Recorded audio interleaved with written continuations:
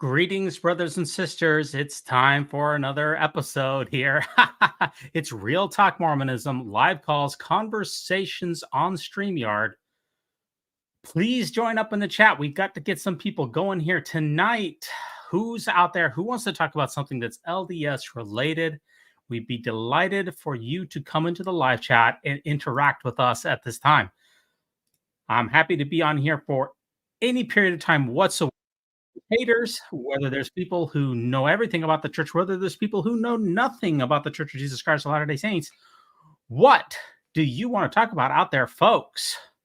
Let's go. We need some folks to join us on StreamYard. All you have to do is click the link at the bottom of the page there, StreamYard.com/A8HX7GDKIC. Hey, Carrie, you're in the live chat. It's great to see you. Badass Peacemaker, welcome to the Mormon News Roundup. Debbie Donovan, greetings and salutations. Harold White, you're in the house, looking good. Of course, a shout out to Cultural Hall, Culch, greetings and salutations. And Peter from Down Under, it is nice to see you for sure. But we need some folks out there who can join us. The worst case scenario would be the people in the live chat just give us a few things to talk about in the live chat. This is an open program. Absolutely nothing is off of the table. We want to talk about absolutely anything that's Mormon related. Go ahead and stump the chump. Nothing is off limits. Ask me anything that your heart desires for sure. No holds barred. Outsmart the know-it-all. No scripts, no rules, of course, except for YouTube's terms of service. And Renee Nolan, greetings. It's nice to see you. Glad that you made it. Anybody out there who is ready to join the Mormon News Roundup, we will be happy to take your call. It's not really a call, but you get the idea.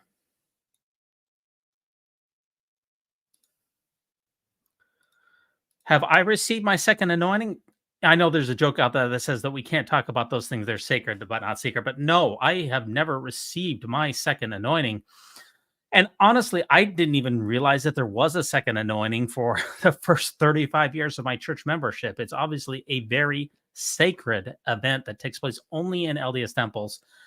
I am not going to, I didn't even know about it before I was 35 years old. But if my stake president is out there and wants to put my name forward to receive the second anointing, I certainly would be welcome to receive such a holy ordinance.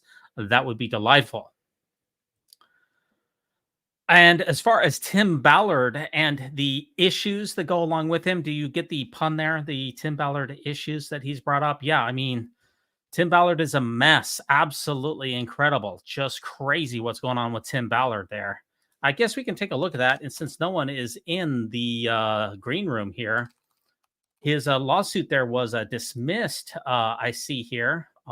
Let's take a look at that particular article and make sure that we're up on here. Share screen here. What do we got with Tim Ballard out there?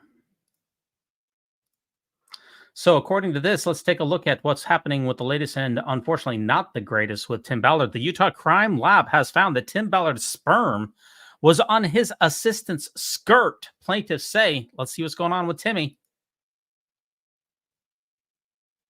At Liberty University, life can be unpredictable. Let me know if you have and when any you need a resilient audio. career, your education should withstand any test. So we've made sure the degree you need is within reach by freezing one of the lowest tuition rates in the nation for 8 years and counting, and giving scholarships, discounts, and credit for work you've already done. Because we're proud of what you do. We've done this for over 30 years, and we know how to help. We're here to help you.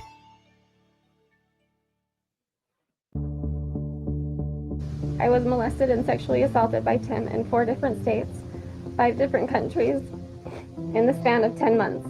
It started with a stain on an unwashed leather skirt, and now one of the women accusing Tim Ballard of sexual assault says the Utah State Crime Lab has a 100% DNA match.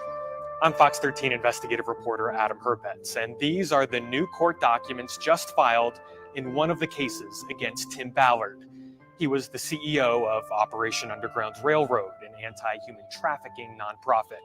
But he left that organization after multiple women came forward to accuse him of sexual misconduct. They say he tricked them into acting out sexual situations, claiming it was all part of an undercover technique to catch child sex predators. Now, one of those women used to be his executive assistant, Celeste Boris. She's filed a lawsuit and spoken with multiple police departments. And for months, she and other women have been releasing evidence, like dirty text messages with Ballard. Now she says the bodily fluid on her skirt will prove her story. Now, so far, the Utah County Sheriff's Office doesn't want to confirm or deny the DNA match to protect the active criminal investigation. But we asked Ballard's legal team if they had an explanation or if they thought the report was false. Instead of responding to those questions, they said the women and their attorneys are, quote, tainting an ongoing investigation, desperately trying to generate some PR. We'll wait for the court's judgment on their actions and for law enforcement to complete its investigation, if that's even possible now. Now, as part of their court filings, the women did attach text messages with that Utah County detective and a letter they sent to prosecutors. If you'd like to see that evidence, it is on the front page of our website, fox13now.com. Reporting in studio, Adam Herbets, Fox 13 News, Utah. Yeah, nobody does better reporting, honestly, than Adam. He does an absolutely tremendous job here. And we do wonder what is going to happen with Tim Ballard. Is he still chasing political glory with Donald Trump and the CPAC? We know that he spoke there. He was invited apparently by Donald Trump or someone else up in high politics. And it seems like, these sexual scandals, once upon a time, they used to be detrimental to people's political careers. But nowadays, what they say is that, all political coverage is good political coverage. So I certainly do wonder what's going to go on with there. I wonder if, I wonder what's going to happen with good old Tim Ballard. Still nobody in the green room, that's for sure here. I guess I could play you guys my latest short that goes along with one of the news articles that just came out. I guess I'll play that for you since I don't have anyone in there. I'm really hoping that somebody will come on. But in the meantime, I do have some backup content for you. Let's play this for you about the Mormon Church in Florida. Real estate enthusiasts, today I'm diving into a fascinating topic that mixes faith, finance, and Florida real estate. Yeah, you heard me right. We're talking about the Mormon Church's $133 million mystery buy. So what's the deal? The Church of Jesus Christ of Latter-day Saints, through its commercial real estate investment arm, Property Reserve, just dropped a whopping $133 million on a 315-unit apartment building in Plantation, Florida. Curious already? Me too. Let's break it down. First off, the building in question is the Ellsworth, located at 1301 Southwest 80th Terrace. This isn't just any apartment complex. It's an 8-story, newly completed development, boasting everything from 1 to 3 bedroom apartments. Rents range from $2,915 to $4,234. And the place was 93% leased when the deal went through. Seems like a sound investment, right? But here's what raises eyebrows. Why would a church, of all entities, make such a hefty investment in commercial real estate? To give you some context, Property Reserve isn't new to big deals. They've been snapping up properties left and right, including a massive logistics park in Hialeah for $174.3 million last December. Now this brings us to another layer of intrigue. The church has faced some heat over its financial transparency, or lack thereof. Last year, they settled claims with the SEC over their investment portfolio being obscured through limited liability claims. They paid $5 million to settle without admitting any wrongdoing. So, what's the underlying strategy here? Multifamily properties in South Florida are a hot commodity. Despite economic bumps, sales are soaring. Just this summer, Brookfield bought a 444-unit complex for $107.5 million, and Mesero picked up another for $89.4 million. The market is buzzing, and the church seems to be riding that wave. But should a religious institution be venturing so heavily into commercial real estate? Some critics argue that these investments divert attention from more spiritual pursuits. On the flip side, these investments could be seen as a way to secure financial stability for the church's numerous charitable activities. It's a balancing act, folks. One thing is clear, though, the Mormon Church isn't just sitting on its reserves. They're actively growing their portfolio, making waves in the commercial real estate market. So what do you think? Is this a savvy move to ensure long-term financial health? Or should a church stick to more traditional roles? Drop your thoughts in the comments. And hey, if you enjoyed this deep dive, don't forget to like and subscribe for more intriguing real estate stories. Until next time, keep exploring.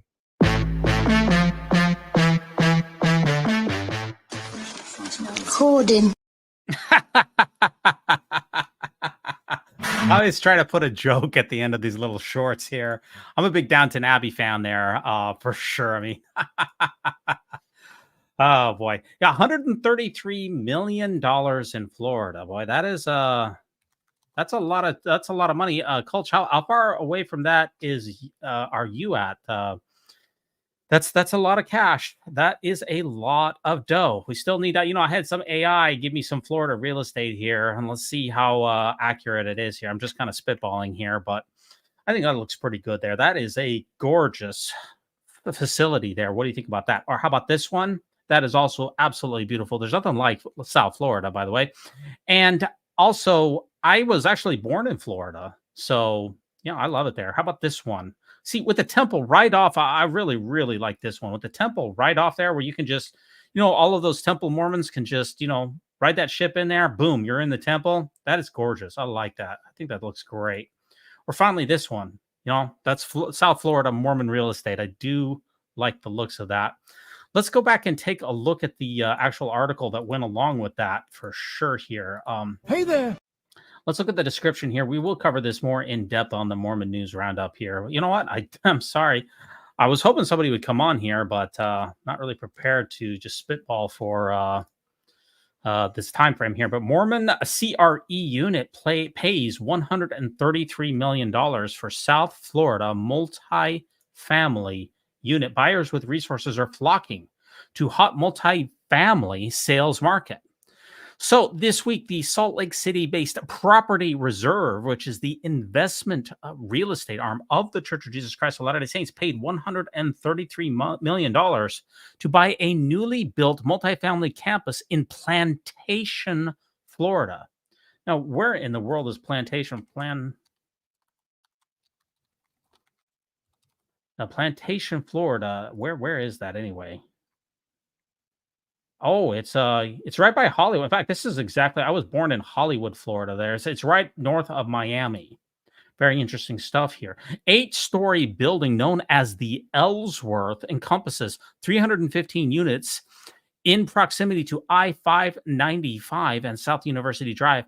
It's about $422,000 per unit. That's a significant amount of change there.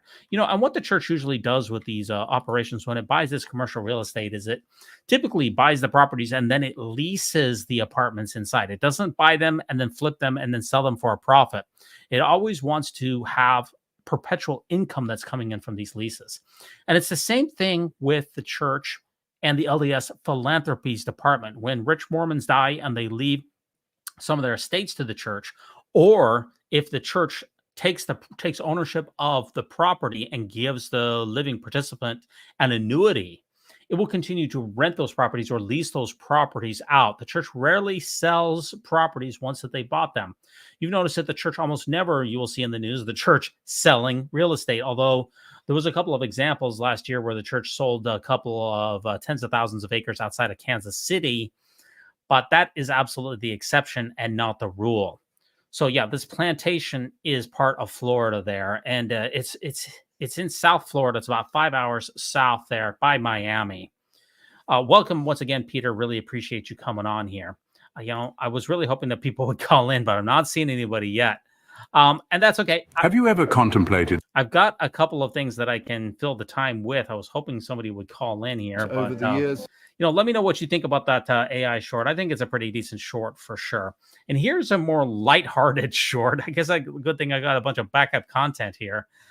This is about Book of Mormon horses versus tapirs, the eternal controversy, folks. I'm going to settle this once and for all because, as we know, the Book of Mormon references horses inside of it, and the overwhelming majority of scientists say that horses went extinct in approximately the last ice age around 10,000 years ago on the North American continent, and that they were not reintroduced to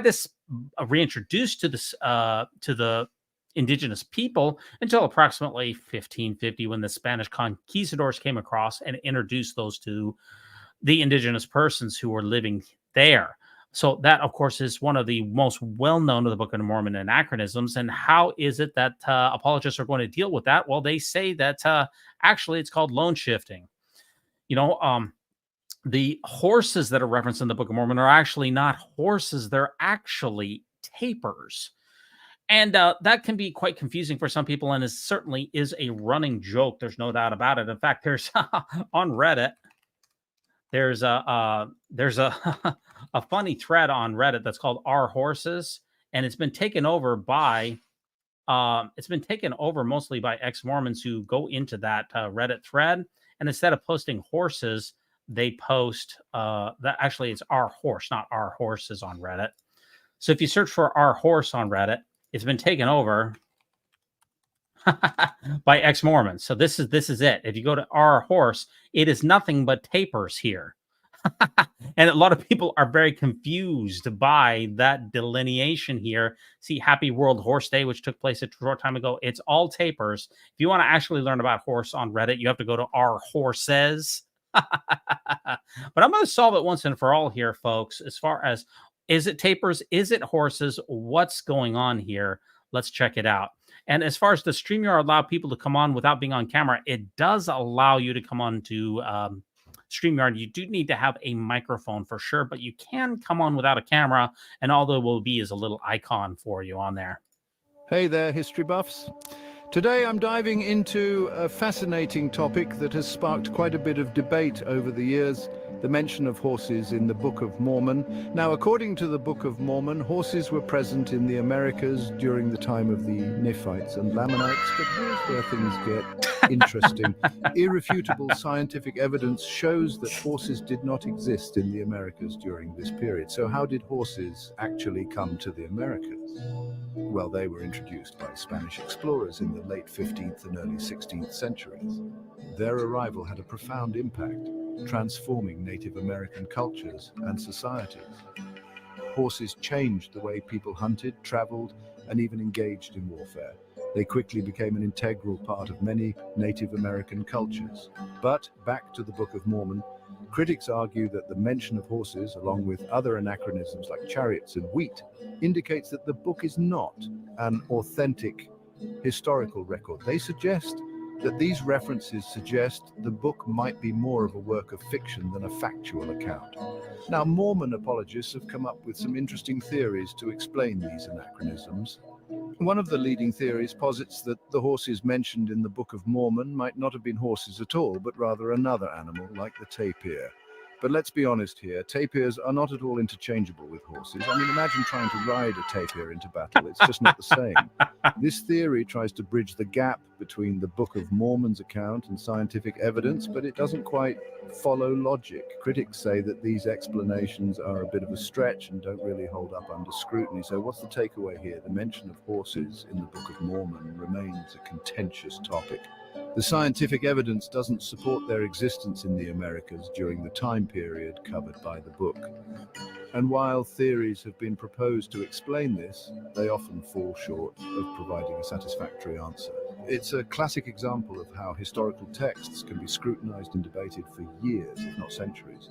And it shows us the importance of examining evidence critically and asking tough questions. Thanks for tuning in, and if you enjoyed this dive into historical mysteries, don't forget to like, subscribe, and hit that notification bell for more. Until next time, keep questioning and stay curious. Horses assery. Nice. I pretty much like to troll with these videos. So did I solve it for you? I think I solved it for you, folks. Which is the easiest It should be American? pretty easy to figure out whether the horses in the Book of Mormon really are horses or whether they're tapirs. Now, of course, apologists want to point to the fact that we found small figurines of, chariots and things like that, but that's definitely a funnier video. What do you think of the book by Lars Nielsen, the one about other origins of the Book of Mormon? He did call me about the Lars new book, and that was certainly very interesting, and I talked to him about it. And it's, I tell you, I'm very skeptical about it. Let's pull it up here. It's called How the Book of Mormon Came to Pass, which is a very interesting concept. And I just didn't think that it had really met its burden of proof here. The second greatest show on earth. It says several explanations for the seeming sudden appearance of the Book of Mormon have been put forth by historians and apologists alike. Each holds some value to its advocates, while displaying obvious inconsistencies and unexplained features. However, significant new evidence necessitates the revision of all such authorship theories, including and especially the sole authorship hypothesis that Joseph Smith Jr., between the ages of 22 and 23, single-handedly composed all the sentences in the Book of Mormon through creative writing, automatic writing, or inspired dictation. Neoteric observations reveal deliberately hidden details in Mormonism's keystone scripture that could not have been put there by Smith. What is the real story behind being guided through the wilderness by a spiritually magnetic compass, a curious ball having pointer spindles and writing on the sides, truly come from? In this book, such details are called churisms, a new class of anachronisms in the Book of Mormon. These churisms have revealed a fresh set of influences, an undiscovered source text, and a wellspring of intriguing evidence that has never been published anywhere else. With an infusion of new data, the book presents a novel and distinctive exegesis, as well as mutually exclusive and collectively exhaustive framework for organizing and evaluating the merits of all prior authorship theories. One mechanism in particular has emerged as the most comprehensive, evidence-based, and satisfying explanation about how the Book of Mormon came to pass. So, I did take a look at this. It's very interesting stuff here. But the problem is I watched the Mormonism Live on this, and I also watched I watched the Mormonish podcast on this. And I actually talked to him on the phone about this. And the thing is that I just don't see the smoking gun connection here between Lars's theory, and I have not read the book, and the actual and the Book of Mormon. There's just no smoking gun connecting these two things together. And, I watched like 5 hours of content, and I remain unconvinced. And this is perhaps one of the biggest problems with the entire concept here, is that maybe it will remain unknowable. But it is interesting to me that people continue to bring forth, there's been a couple just this year of new ideas about how the Book of Mormon was written. And that just points to the fact that there still may be future explanations that can help us understand how the Book of Mormon indeed came to pass. And that just because you can't explain something, that does not mean that you just automatically get to postulate God. Those two things don't go together. And that's when I had Bryce Blankenagel on the Mormon News Roundup. He calls that the Book of Mormon of the gaps argument. It's kind of mocking the God of the gaps argument. For instance, if you can't explain the Book of Mormon, then you don't just get to postulate fairies, or you don't get to postulate that it was brought to us by Bigfoot. You don't get to postulate that it was brought to us by the Loch Ness Monster. You have to look for candidate explanations as to how the Book of Mormon was brought to us. And if you can't explain that, that doesn't just automatically mean that you get to postulate a God, because we have no evidence of a God doing anything. Okay, we don't have any evidence of God authoring books, of writing on gold plates, of, touching his finger on the stones, all the things that happen in the Book of Mormon. We don't have any evidence for that. We have lots of evidence of human beings writing books. And just because we couldn't explain every part of the Book of Mormon, that in no way, shape, or form means that it is divinely authored. I can't explain some magic tricks. In fact, some people, there may be magic tricks that virtually no one on this planet can explain. And just because I can't explain it, just because other people can't explain it, that doesn't all of a sudden just mean that it was a supernatural experience. As far as the Book of Mormon is concerned, you don't just get to appeal to magic because you can't explain something that that's in the Book of Mormon, or exactly the mechanism by which it was brought forward. We don't have any evidence of supernatural magic. We don't have any evidence of a God doing anything. Therefore, God is not even a candidate explanation for the Book of Mormon itself. Okay. So yeah, Diana Moss says she wants to read the book. It's certainly very interesting stuff. And, it does remind me of the Joseph Smith translation of the Bible, and also, some of the things that we came from Deutero-Isaiah and the Book of Mormon. We didn't know until just a few years ago how Joseph Smith was able to bring forth his Joseph Smith translation. There appeared to be things in there that were beyond what we would expect from a New England farm boy. Certain translations, certain changes in, especially the italicized parts of the King James Version that appear in the Book of Mormon. There seemed to be things that even came from the Septuagint manuscripts and also the Masoretic manuscripts that are in the Book of Mormon. It was very compelling information. Well, just a few years ago, we came to realize that Joseph Smith took the Joseph Smith translation and even parts of the Book of Mormon that were influenced by the Adam Clarke Bible commentary. Okay, so now we know how these things came to pass. And maybe in the future, we will know more about where Joseph Smith plagiarized the Book of Mormon from. I'm saying that is certainly a possibility. Whether that happens or not, I certainly could not say.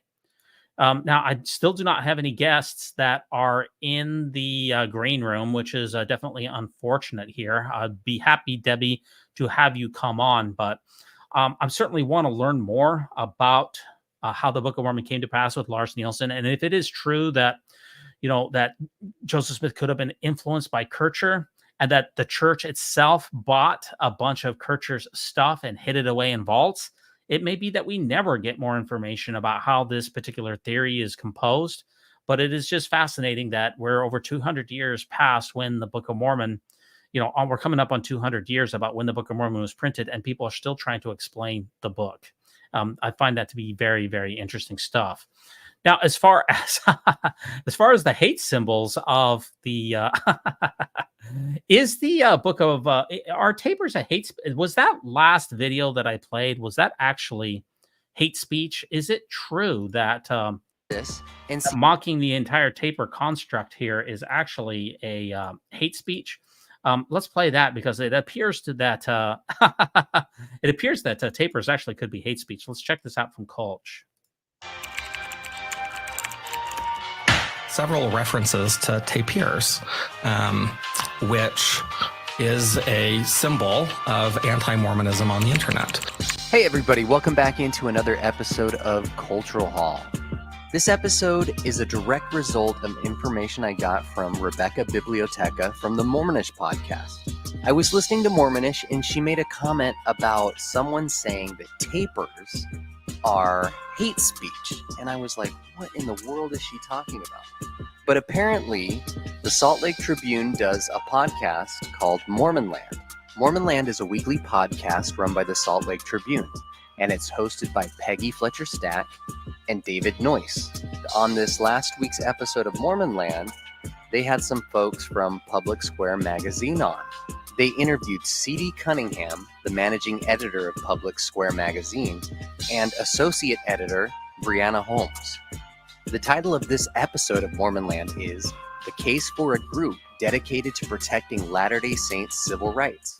And if you guys read right here, this gives a synopsis of what the episode is about. But in a nutshell, CD's Nuts and Brianna Holmes are coming on to talk about starting a group that would defend Latter-day Saints' civil rights. But the craziest thing about this episode is that when CD's Nuts is asked, why do Latter-day Saints need a group like this to protect their civil rights? The example he brings up, tapers. He brings up that ex-Mormons use tapers. He calls them a dog whistle. He essentially says that tapers are a form of hate speech. And that is absolutely ridiculous. But let's jump into this and see what this guy has to say. I think one space that a group like this could fill was it in 2019, I think, that there was the whistleblower. The Washington Post broke the story about the Ensign Peak Fund. And the report that was sent into it had several references to tapirs, which is a symbol of anti-Mormonism on the internet. Yikes! What? It's a little bit of a joke. They're making fun of Dan Peterson, who made an argument that might be what horses meant in the Book of Mormon translation.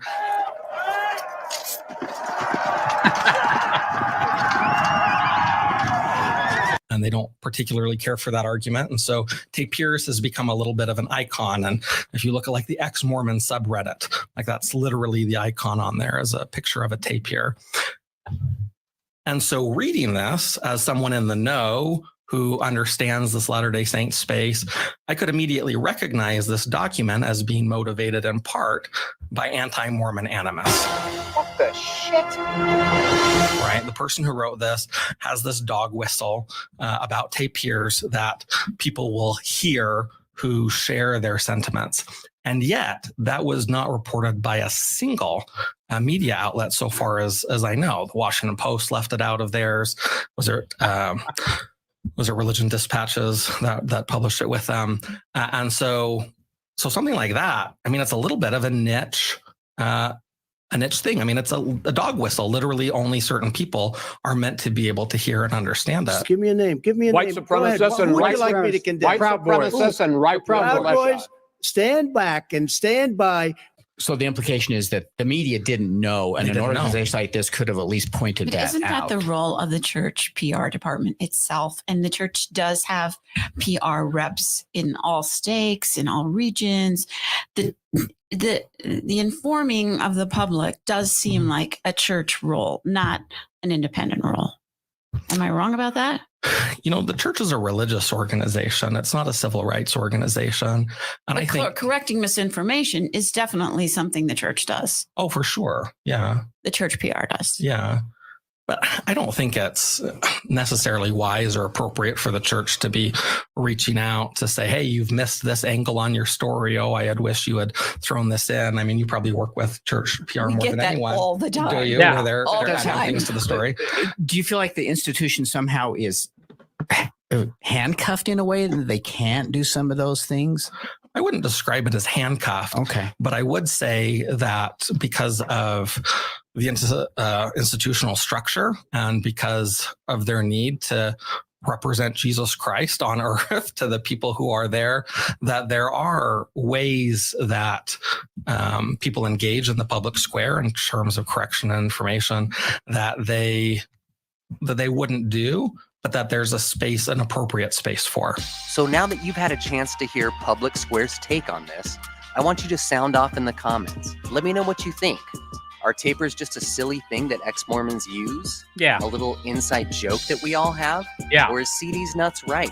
Are tapers hate speech and something that we need to dial back on? Oh, no. If you've enjoyed this episode, I hope you'll consider sticking around and watching a little bit more. Maybe one of these videos.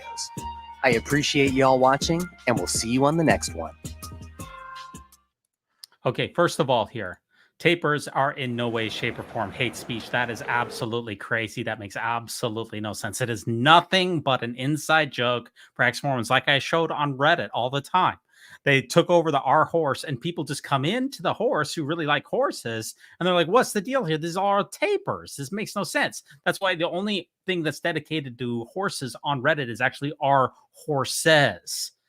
You know, at the church, first of all, the church always corrects, or it frequently corrects when people make misinformation about the church, or even supposedly misinformation about the church. The church will frequently come out and correct those things in the public record, and they will release a press release. So I find it to be very amusing here. And I put this out before that if anybody makes a $1,000 live chat donation, I just want to make sure that I'm clear about this. I will get a taper tattoo, take a video of it, and upload it to the Mormon News Roundup. So if any of you out there, that's a one-time, not a cumulative donation. If you make a $1,000 live chat donation, I will get a taper tattoo. I've had that as a standing joke for years. So we'll let you know if you want to take me up on that. I definitely would be interested on anybody out there who would be willing to take me up on this. And I'm certainly hoping that somebody will come in here. Mark, welcome to the show here. Real Talk Mormonism, #2, live calls, conversations. We'd really appreciate it if somebody wants to come on, talk anything Mormon related whatsoever. I didn't prepare anything because I was hoping that people would come on, but you know what? I can fill the time with other very interesting stuff here anyway. And that's the new film that is coming out here, Heretic.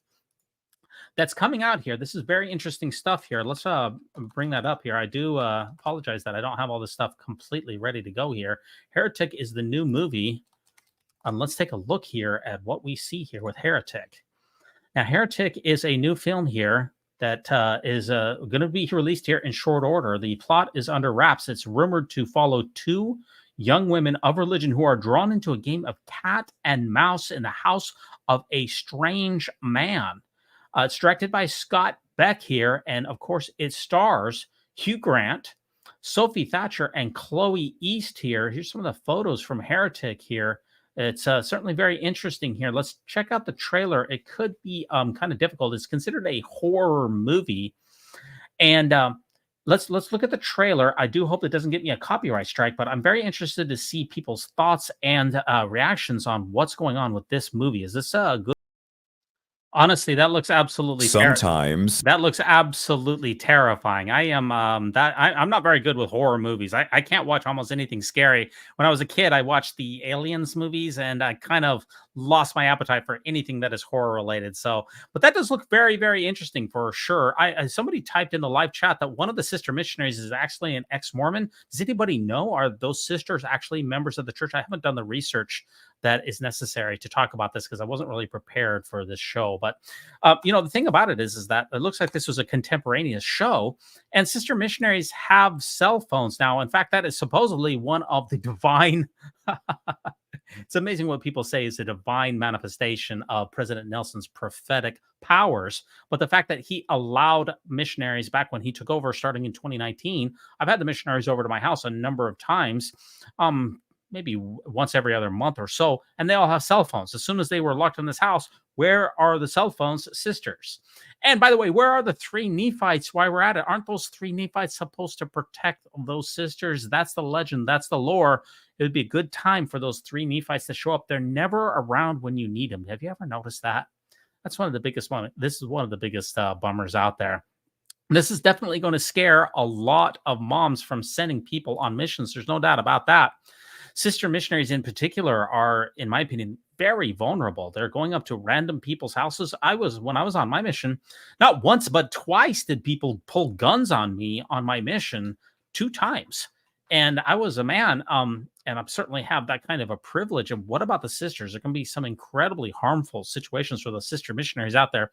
There's lots of stories of them getting, catcalling and even getting groped and even sexual assault. It is a very dangerous endeavor, particularly for sisters to go out there and to be tracting into people who they don't know. There's just a lot of unsafe situations, and it's very concerning. Is it me, or does this film have kind of a Saw vibe, where you're kind of locked in? It's kind of like an escape room here. Very, very creepy stuff. And I do wonder, Hugh Grant looks to be tremendous. He's known for his wit, he's known for his comedy, but he certainly is playing the villain here, the foil, very well here.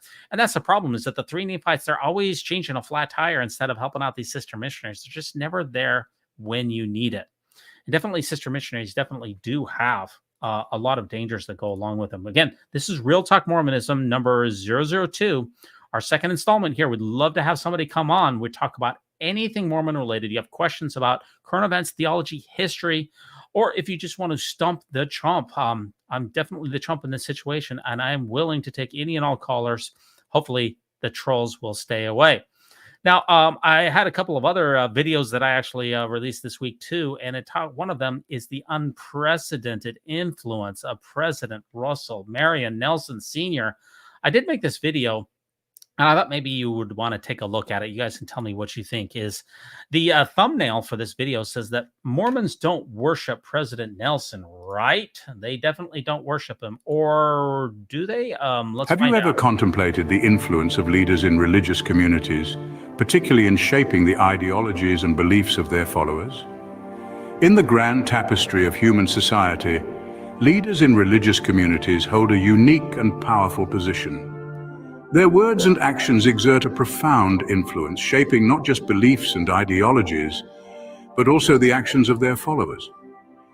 These leaders are often revered figures, their teachings, speeches, and personal examples serving as beacons of guidance and inspiration. They hold a magnifying glass to the values and principles that form the bedrock of the communities they lead. This influence is especially visible during religious conferences where leaders take center stage, their messages resonating with the faith and aspirations of their followers. These gatherings can be thought of as crucibles where the shared beliefs of a community are reaffirmed and strengthened, guided by the words and wisdom of their leaders. The leaders' ability to inspire, guide, and shape the course of these events is a testament to their influence within their religious communities.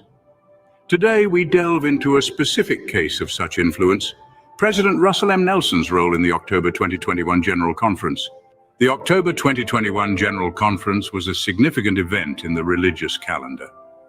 It served as a platform for leaders to share insights and teachings.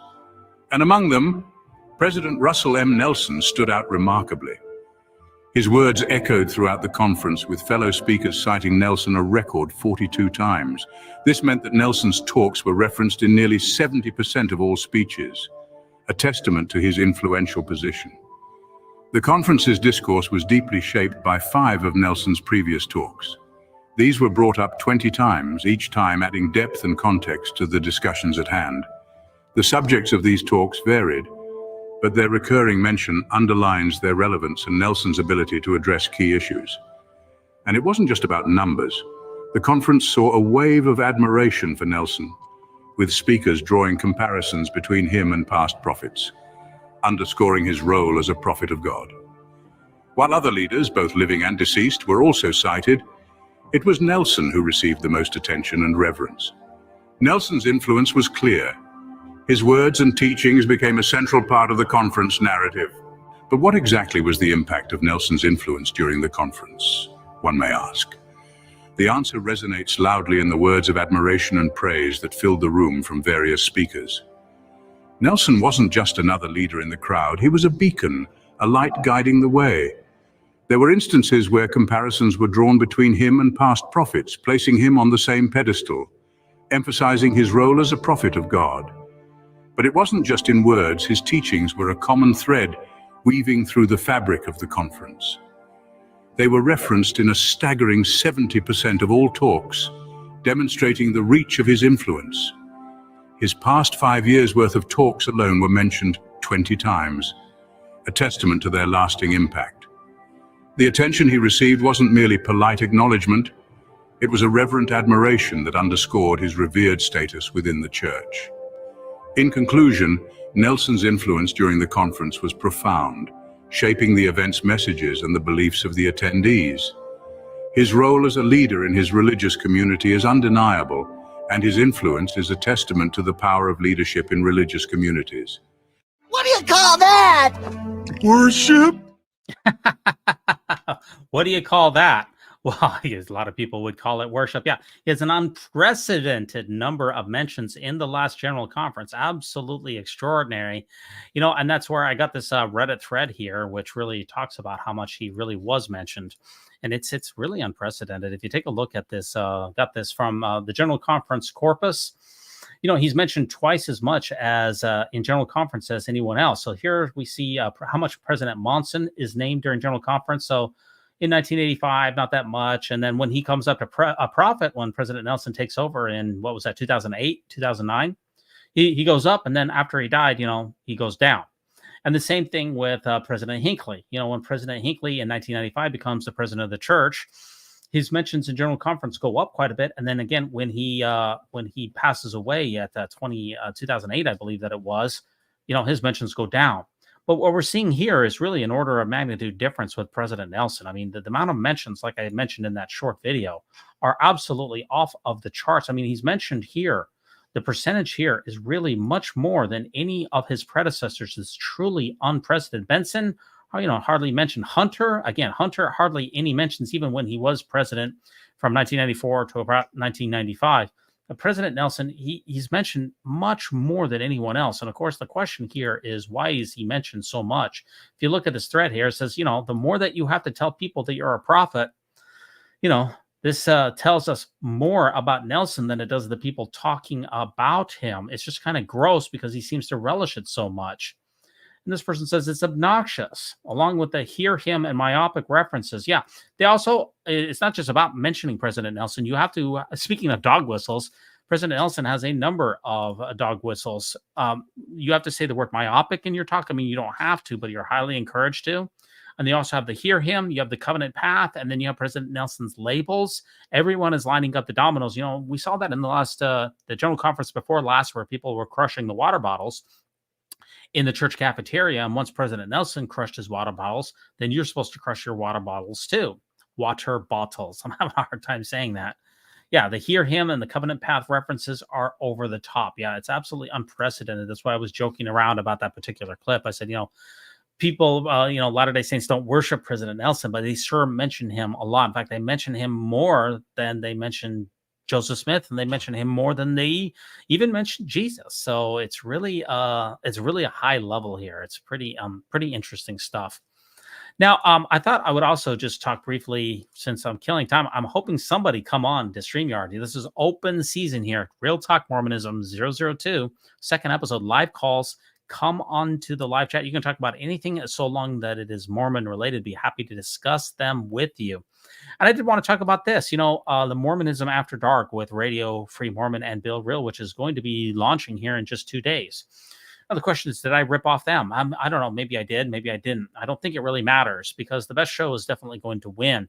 But I have been talking about launching this show on the Mormon News Roundup, a live call-in show, for a long time, kind of patterned after the Atheist Experience or the live call-in show or the trans call-in show.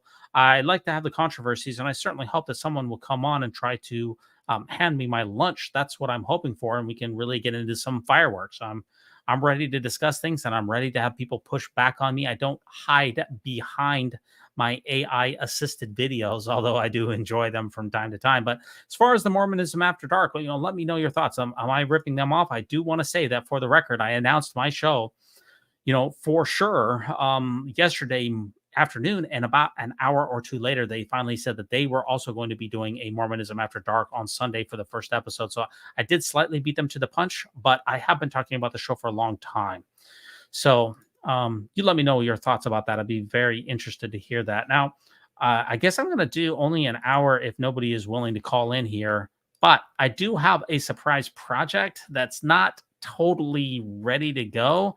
I'm still working on the details here with Culch, but I have put a lot of time into this video here that I guess I'm going to show to you and get you guys thoughts on it here. This has really been a tremendous endeavor on my part, honestly. It's not 100% ready to go, but I'm going to play this for you, and it's based off of, I guess you guys can give me some feedback, because it's based on the section in the CES letter, which talks about prophets. So in the CES,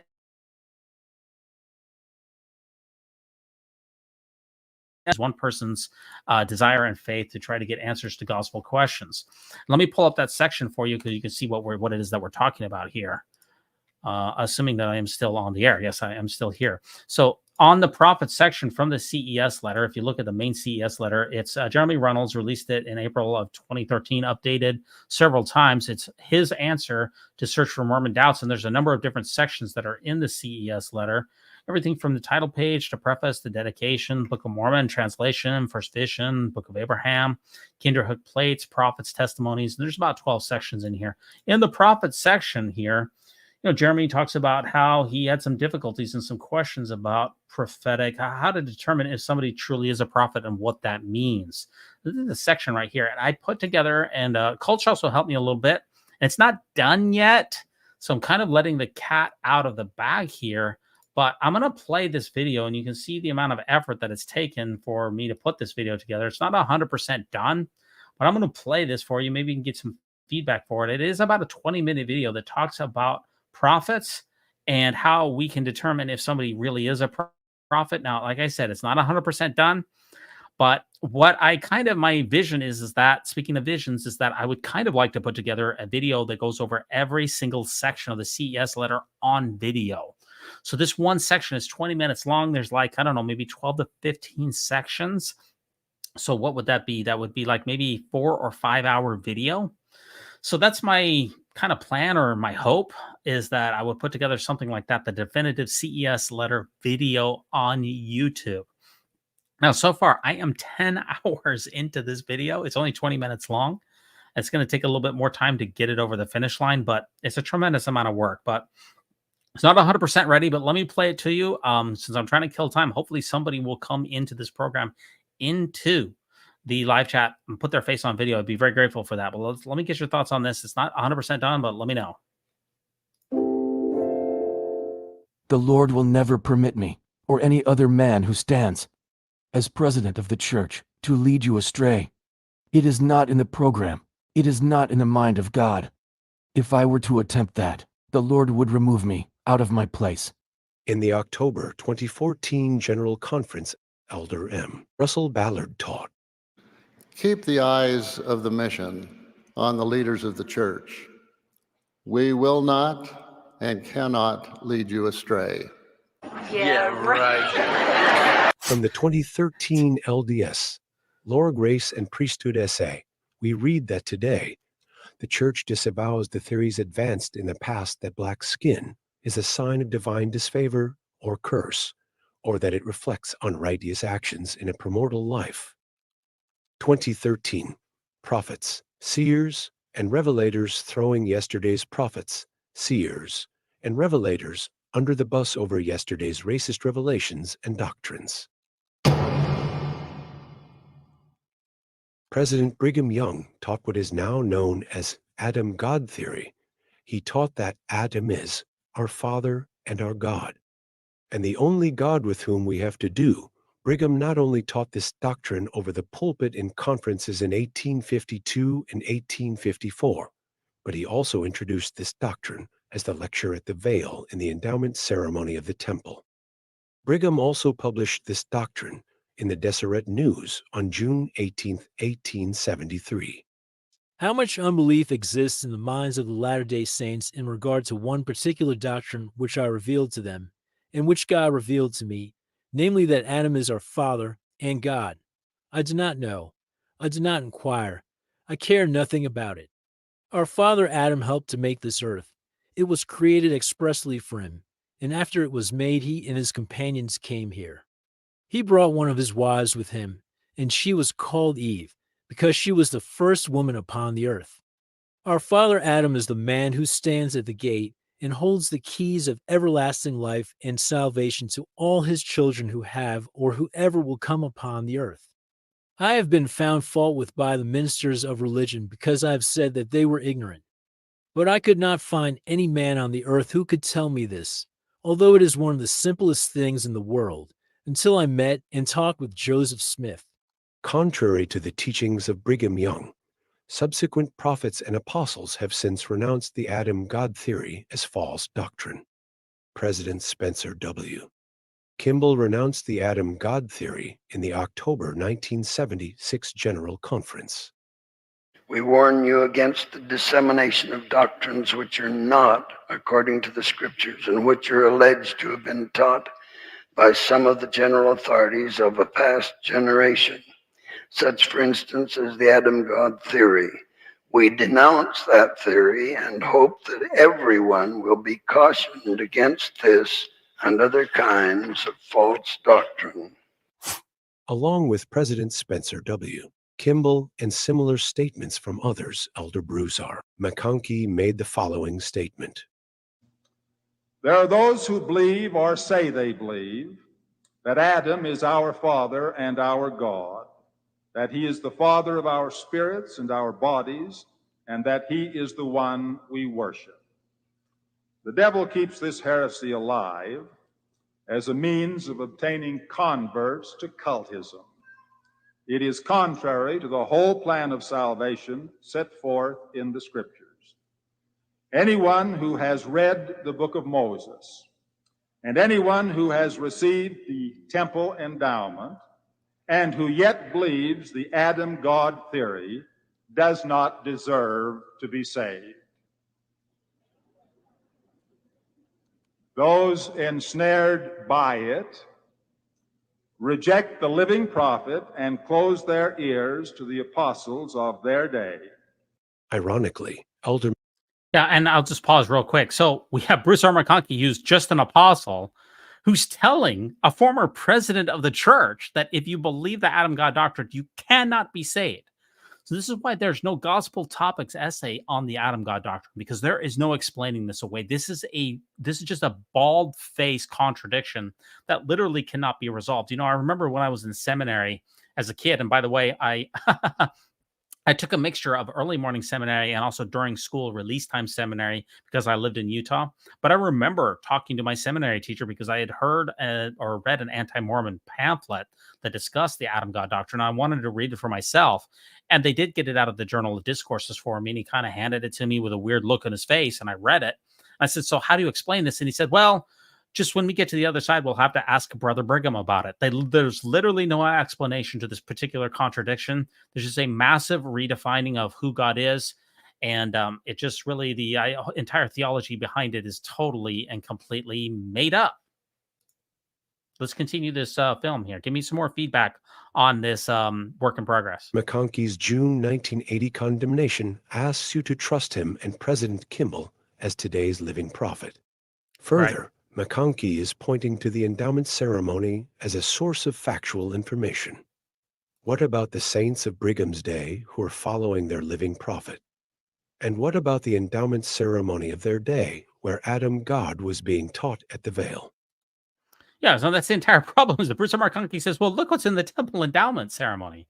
Well, that's really the fifth standard work of the church. The only problem with that argument falls completely flat because during Brigham's day, he changed, or at least he instituted, Adam God in the lecture at the veil. Now, the lecture at the veil has also been significantly revamped over the years, and they've taken out all of the stuff about Adam God, and they slowly did that over a period of time after Brigham Young died in 1877, as I recall. So hardly a source of factual information when you've changed it from when Brigham Young was around. Nice try. Being taught at the veil.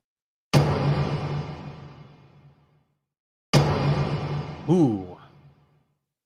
Along with Adam God, Brigham taught a doctrine known as blood atonement, where a person's blood had to be shed to atone for their own sins, as it was beyond the atonement of Jesus Christ. There are sins that men commit for which they cannot receive forgiveness in this world or in that which is to come.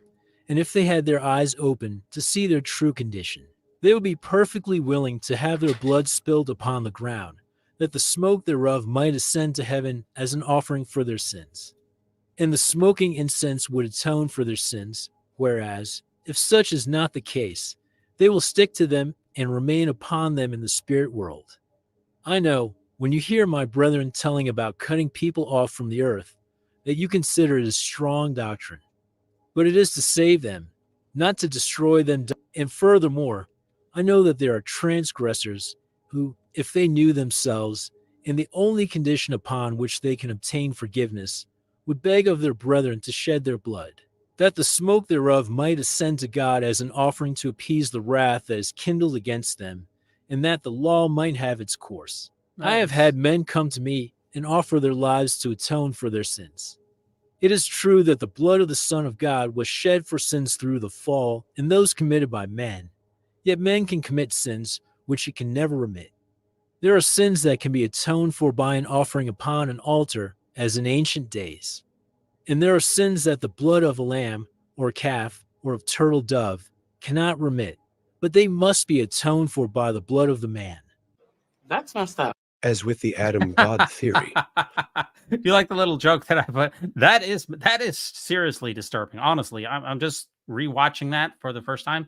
That is some really messed up stuff. I mean, that is not Brigham Young being a product of the men of his time, because even the most virulent African American racists of the Confederate South didn't espouse anything that is that ridiculously batshit crazy. You know, honestly, I'm embarrassed that I graduated from a university that bears this man's name. Honestly, whenever I have to put it down on a resume or whenever anybody asks me about it, I just have to pray, or at least have to hope that those people don't know the things that Brigham Young said, which were just so incredibly harmful. We really need to rename Brigham Young University to Nephi University. And that last section, by the way, I used some musical underscoring. Did you like that? Was that cool? Should I use some more musical underscoring in other parts? Let me know in the comments for sure. I'm a big Parks and Rec fan, by the way. Let's see if I can get this. The blood of the man. That's messed up. As with the Adam God theory, the blood atonement doctrine was later declared false by subsequent prophets and apostles.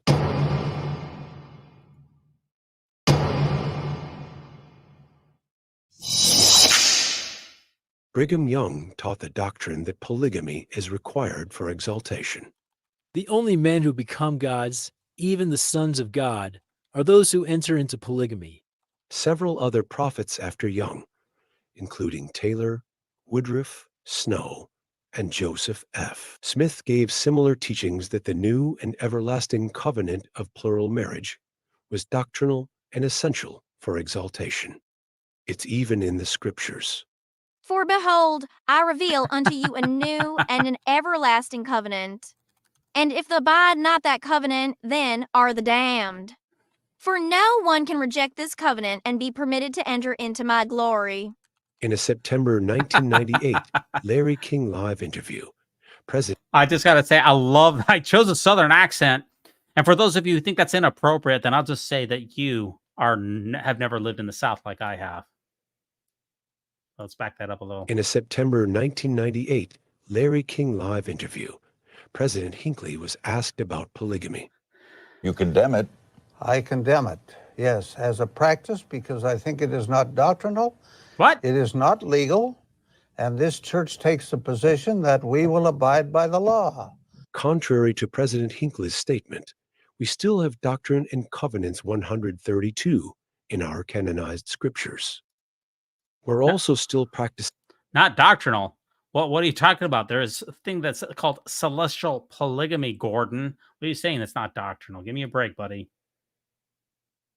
I gotta make sure I have a clip of Elder Bednar in here. No video is complete without Susan's husband.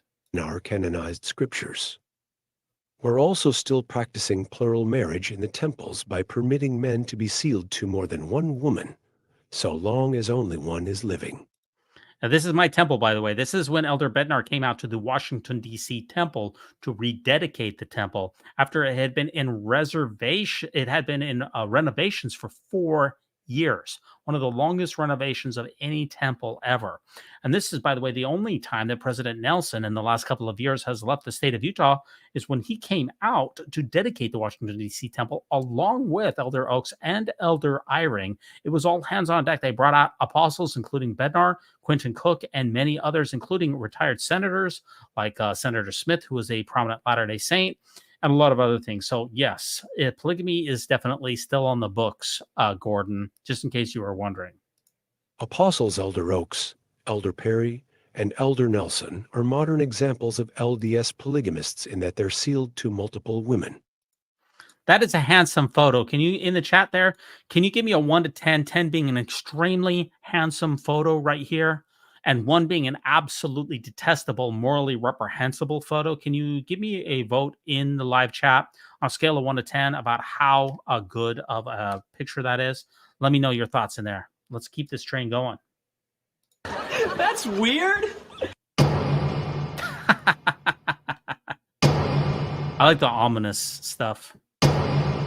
Yesterday's doctrine is today's false doctrine, and yesterday's prophets are today's heretics. Speaking of heretics, as you know, for close to 130 years, blacks were not only banned from holding the priesthood, but black individuals and black families were blocked from the saving ordinances of the temple. Every single prophet from Brigham Young, all the way to Harold B. Lee, kept this ban in place. Prophets, seers, and revelators of 2013 in the church's December 2013 race and the priesthood essay disavowed the theories of yesterday's prophets, seers, and revelators for their theological, institutional, and doctrinal racist teachings and revelation. Yesterday's racist doctrine and revelation is now today's disavowed theories. Additionally, the above-mentioned essay also withdraws that black skin is a sign of divine disfavor or curse, while ironically contradicting the Book of Mormon itself. And he had caused the cursing to come upon them, yea, even a sore cursing, because of their iniquity. For behold, they had hardened their hearts against him, that they had become like unto a flint. Wherefore, as they were white, and exceedingly fair and delightsome, that they might not be enticing unto my people, the Lord God did cause a skin of blackness to come upon them. That's racist. Joseph Smith permitted the priesthood to at least two black men. Elijah. I shouldn't be laughing. I'm laughing at all the wrong times, but I do like to clip in this stuff. I want to do that one more time. I like to clip in this stuff. I'm not laughing at the teaching. I'm laughing at the video. Okay. To come upon them. That's racist. Joseph Smith permitted the priesthood to at least 2 black men. Elijah Abel was one of them. Walker Lewis was another. So Joseph Smith gives the priesthood to blacks. Joseph Smith gives the priesthood to blacks. Oops. Brigham Young bans blacks. Each and every single one of the 10 prophets from Brigham Young to Harold Lee supported what Spencer Kimball referred to as a possible error. Heavenly Father likes blacks enough to give them the priesthood under Joseph Smith, but he decides they're not okay when Brigham Young shows up. And he still doesn't think they're okay for the next 130 years and the next 9 prophets until President Kimball decides to get a revelation. Yeah, and what Jeremy's pointing out here is, so blacks couldn't have the priesthood in the Old Testament and even in the Book of Mormon. And then black persons do get the priesthood under Joseph Smith. And then under Brigham Young, they don't get the priesthood, and then they do get it. You know, it just goes back and forth with black people. It's, of course, just, completely contradictory. And, of course, it absolutely defies all logic and reasoning. And she says, Lisa says that she likes the AI voice. I like these AI voices, I like to mix things up, and I kind of like to troll people. And Gene is saying, my TBM father tells me that that's the beauty of revelations. God can change things. Now, it certainly can, but it seems to be, it's theoretically, first of all, I don't know that that's possible.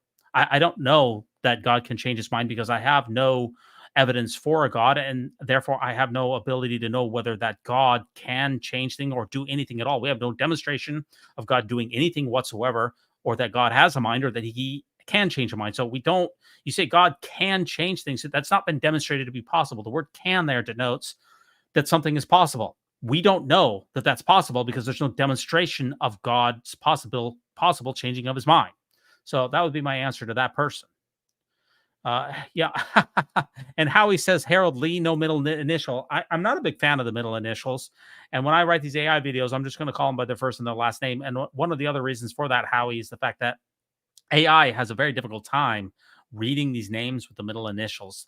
There's a weird cadence that Mormons have. Harold B. Lee, Spencer W. Kimball. When you have AI do it, what AI reads it as is Harold B. Lee. There'll be a big pause, and it's very, very difficult here. Okay, let's continue on. The same God who denieth none that come unto him, black and white, bond and free, male and female, is the same God who denied blacks from the saving ordinances of the temple for 130 years. Yet he apparently changed his mind again in 1978 about black people. And I believe that in 1978 God changed his mind about black people. What the hell? What the hell? Of course, the revelation he gives to the brethren in the Salt Lake Temple. Oh my gosh. I am laughing at all of the wrong times here, man. I love making this video. I got to back that up though a little bit. And by the way, it appears this is the editing suite when you're trying to edit these videos, by the way. I'm on I got to turn up the I got to turn up the God changed his mind about black people because it was a little too soft there. So here I can do that, and let me get the audio. That wasn't quite loud enough. I'm going to crank that up a little bit. I'm going to back it up. That's just too funny. Especially, I like the Mitt Romney in there. Shout out to Mitt. I did vote for Mitt for president, by the way. Big Mitt Romney fan. He's my political candidate. Anyway, yes, I believe that in 1978, God changed his mind about black people. One more time. This is one of my favorite parts of this video. I'm still working on it here. His mind again in 1978 about black people. And I believe that in 1978 God changed his mind about black people. What the hell? Of course, the revelation he gives to the brethren in the Salt Lake Temple on June 1st, 1978, has absolutely nothing to do with the IRS potentially revoking BYU's tax-exempt status. Oops. Stanford and other universities boycotting BYU athletics. We can't figure out who's black or not in Brazil, Sao Paulo Temple dedicated, or opened just a few months after Revelation, and that post-civil rights societal trends were against the church's racism. You know, maybe it was too fast, but if you actually read LeGrand Richards, what he said about that, he said, I might tell you what provoked it in a way, meaning the repeal of the temple and the race and the priesthood ban. Down in Brazil, there's so much Negro blood in the population that it's hard to get leaders that don't have Negro blood in them. We just built a temple down there. He's talking about the Sao Paulo temple. It's going to be dedicated in October. All those people with Negro blood in them have been raising the money to build that temple. And then if we don't change, then they can't even use it. So Brother Kimball is worried about it, and he prayed a lot about it. This is watching the sausage be made here. So yeah, there's LeGrand Richards here for you. Let's keep on going. In just a few months after Revelation, and that post-civil rights societal trends were against the church's racism. I would think Christ's one true church would have led the civil rights movement, not be the last major church on the planet in 1978 to adopt it. Okay, so let's read this one too here. You know, I don't know if I gave enough time for everybody to read through these memes. I don't always restore my church, but when I do, I make sure it has polygamy. One more time. I make sure it has Oh boy, I'm getting myself going here. Somebody needs to come on to this freaking show, by the way. Real Talk Mormonism number 002. I don't always restore my church, but when I do, I make sure it has polygamy, polyandry, racism, lying for the Lord, secret ceremonies, tithing the taxes to poor, mall building, fake translations of fake translations of papyri, doctrine that is changed on a whim, misogyny, and enough commandments to make a God's head spin. And lastly, if anyone questions the history or leaders or basic nuttiness of it all, I shall excommunicate. That is very prescient. That's that sums it all up. One more time.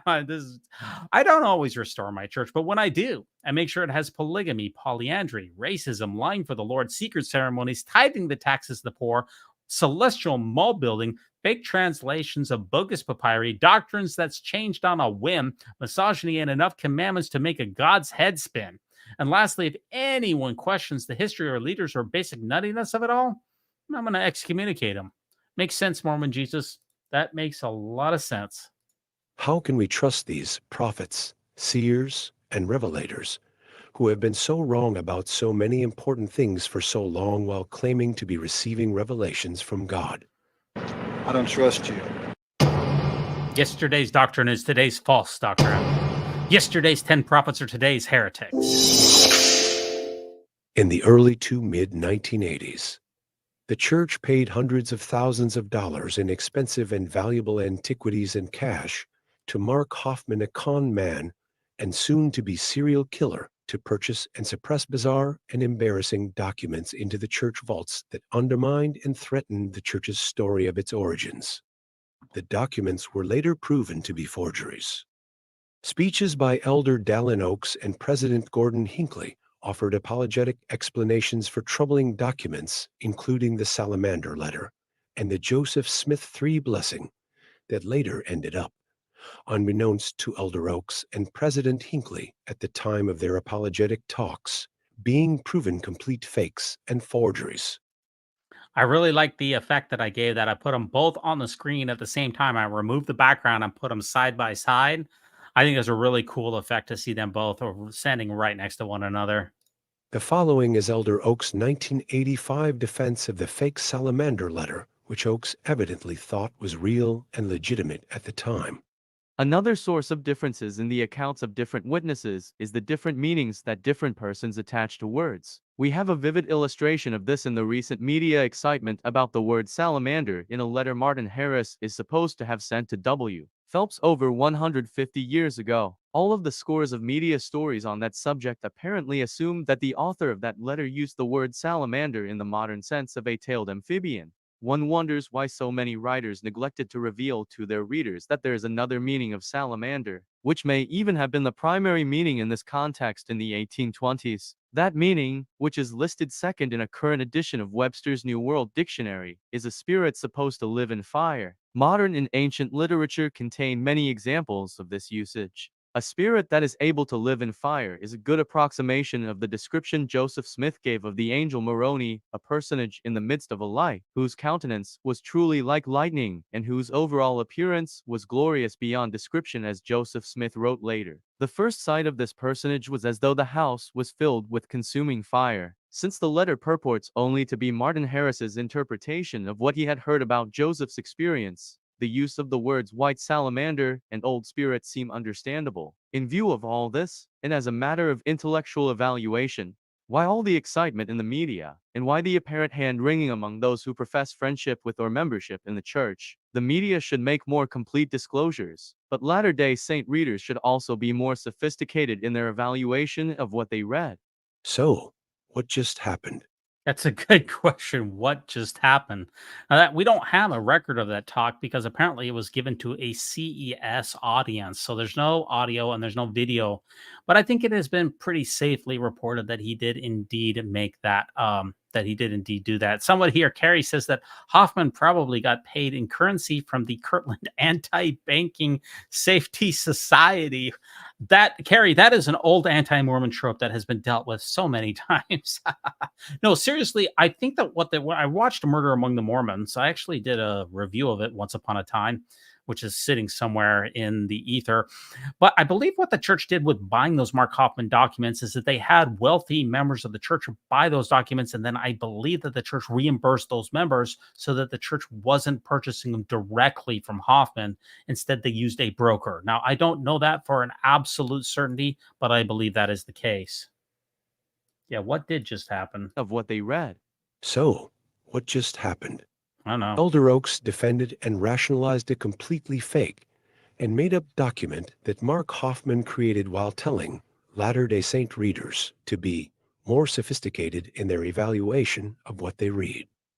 There was significant dishonesty by President Hinckley on his relationship with Hoffman, his meetings, and which documents that the church had and didn't have.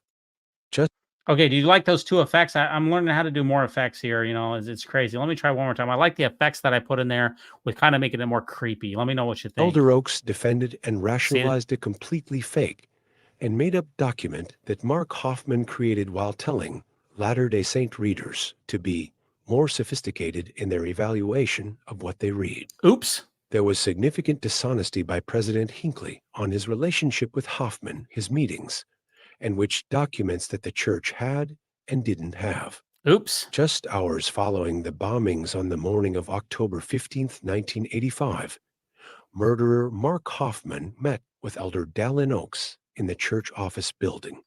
He's just killed 2 people. And what does he do? He goes down to the church office building and meets with Dallin Oaks. I can't even imagine the rush, given Hoffman's frame of reference, that this would have given him. To be there standing in front of one of God's appointed apostles, after murdering 2 people, and this person doesn't hear any words from God, doesn't intuit a thing. For Hoffman, that must have been an absolute rush. He had pulled off the ultimate spoof against God. Elder. First of all, that Aussie, that narrator, Peter, where are you at? That Peter, that was definitely for you. And yeah, there certainly must have been a rush. That's why I put in the Napoleon Dynamite in there. I'm sure Mark Hoffman was on a high there. You know, Napoleon Dynamite is kind of like, people say that's a Mormon influenced movie, by the way. He pulled off the ultimate spoof against God. Elder Oaks had a serial murderer right in front of him in his office just hours after Hoffman killed 2 people. Oaks later admits this meeting. What does this say about the discernment of the brethren when they can't discern a murderer and con man hell-bent on destroying Mormonism right under their noses? Oops. Ultimately, the church was forced to admit it had, in the first presidency vault, documents that the church previously denied it had. The McClellan documents were critical for the investigation of the Hoffman murders. Ultimately, the church was forced to admit it had, in the first presidency vault, documents McClellan collection that the church previously denied it had. Yeah, so that was the key for the church in finding out the entire Mark Hoffman scam, is because Mark Hoffman, unbeknownst to Mark Hoffman, he tried to sell the William McClellan collection back to the church. Well, whoops, that we didn't realize, or he didn't realize, that the church was suppressing the William. They already had possession of it. So when Mark Hoffman tried to sell it back to him, that's when the wheels started turning in the church leader's mind. That says, how can he be selling us something that we already have here? And of course, that was approximately the same time as the bombing, and everything just fell apart. The McClellan documents were critical for the investigation of the Hoffman murders. While these prophets, seers, and revelators were being duped and conned by Mark Hoffman's forgeries over a 4-year period, 1981 to 1985, the Tanners, considered some of the biggest critics of the church, actually came out and said that the Salamander letter was a fake. Even when the Salamander letter proved very useful in discrediting the church, the Tanners had better discernment than the Brethren did. This is so embarrassing. Yeah, and why was the Mark Hoffman, why was the so-called Salamander letter so appealing to the church? Why did they fall for all of these scams? Why did they fall for the hundreds of thousands of dollars that they gave to Mark Hoffman, which in today's money would be worth millions? It's because the church knew about some of the accounts of Joseph Smith retrieving the gold plates, and that there was allegedly a toad-like creature in the bottom of it, which struck him in the side of the head and knocked him back several times, up to 50 rods. So Mark Hoffman was aware of his church history. He was super smart with his church history, and so he made sure that his forgeries had some basis in reality. And of course, he was a master forger. And if you read or watch Murder Among the Mormons, you realize that Mark Hoffman, once he was sentenced to prison for being a diabolical killer and a reprehensible person with absolutely no good morals or sense, when he was in prison, he injured his hand, his forging hand, his right hand. So he will never be able to commit these forgeries probably ever again, if he ever indeed sees the light of day. While the Tanners publicly rejected the Salamander letter, the church continued buying fakes from Hoffman, and Elder Oaks continued telling Latter-day Saints to be more sophisticated. You like that picture of Elder Oaks that I snuck in there? Continued telling Latter-day Saints to be more sophisticated. Yeah, be more sophisticated there, Elder Oaks, even though you were the one who was duped. Give me a break, buddy. I'm told that prophets are just men who are only prophets when acting as such, whatever that means.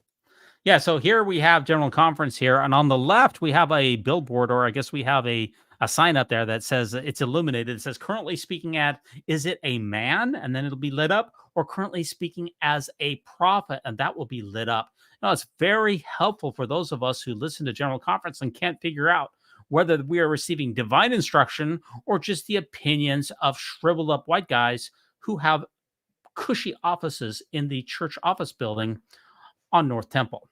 It's very handy. I'm told that, like all prophets, Brigham Young was a man of his time. For example, I was told that Brigham Young was acting as a man when he taught that God revealed to him that Adam is our Father and God, and the only God with whom we have to do. Never mind that Brigham taught this over the pulpit in not one but two conferences, and never mind that he introduced this theology into the endowment ceremony in the temples. Never mind that Brigham Young made it clear that he was speaking as a prophet. I have never yet preached a sermon and sent it out to the children of men, that they may not call Scripture. Why would I want my kids chanting, "Follow the prophet," with such a ridiculous and inconsistent 187-year track record? Good question. Now, I snuck in I put some underscoring underneath there. If you listen carefully, you can hear the children singing "Follow the Prophet." Listen carefully. Children of men, that they may not call Scripture. Listen. Why would I want my kids chanting, "Follow the prophet," with such a ridiculous and inconsistent 187-year track record? Good question. What credibility do the brethren have? Why would I want them following the prophet when a prophet is just a man of his time teaching his theories that will likely be disavowed by future prophets, seers, and revelators? If his moral blueprint is not much better than that of their Sunday school teachers. If, historically speaking, the doctrine he teaches today will likely be tomorrow's false doctrine. If Brigham Young was really a prophet, seer, and revelator, would it not be unreasonable to expect that God would give him a hint that racism is not okay, sexism is not okay, blood atonement is not okay, and God's name is not Adam? Oh, you know what? I think that I've got the wrong link out there. That's why nobody's coming on. I've got the wrong link in there. For heaven's sake. Oh boy. I think that's the reason that nobody's coming on tonight is that I literally have the wrong link out there. For shoot, this is absolutely bush league, but this is my first time doing this, so it's very difficult for me to get all of this perfectly done here. One moment here. I apologize for the inconvenience. Let me see if I can fix this here. My live streams. I got to edit this. Edit title and description. Yeah, I have to update the link each time. No wonder nobody's coming on. Nobody can. Oh, man. Save. Okay, now try. God's name is Howard? Gee whiz. Well, what do you guys think about that video? That video is still in progress. Now, I haven't done underscoring that's in all of the music, and there's still a few transitions that definitely need to be worked on. I really like this God's name. I crack myself up with this. God's name is not Adam. I absolutely love that here. One more time. I got to watch this. I like watching this. Sexism is not okay. Blood atonement is not okay. And God's name is not Adam. Yeah, God's name is not Adam. That much I can definitely agree with for sure. So here is the correct show link there.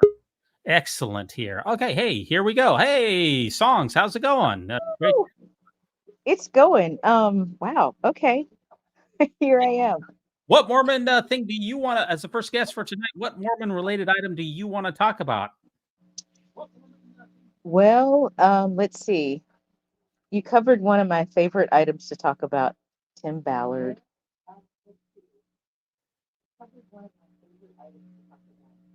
Yeah. Well, what did you think of that last video there with the CES letter with the prophets there that I put together? It's still a work in progress. It's not 100% done. What do you think about that?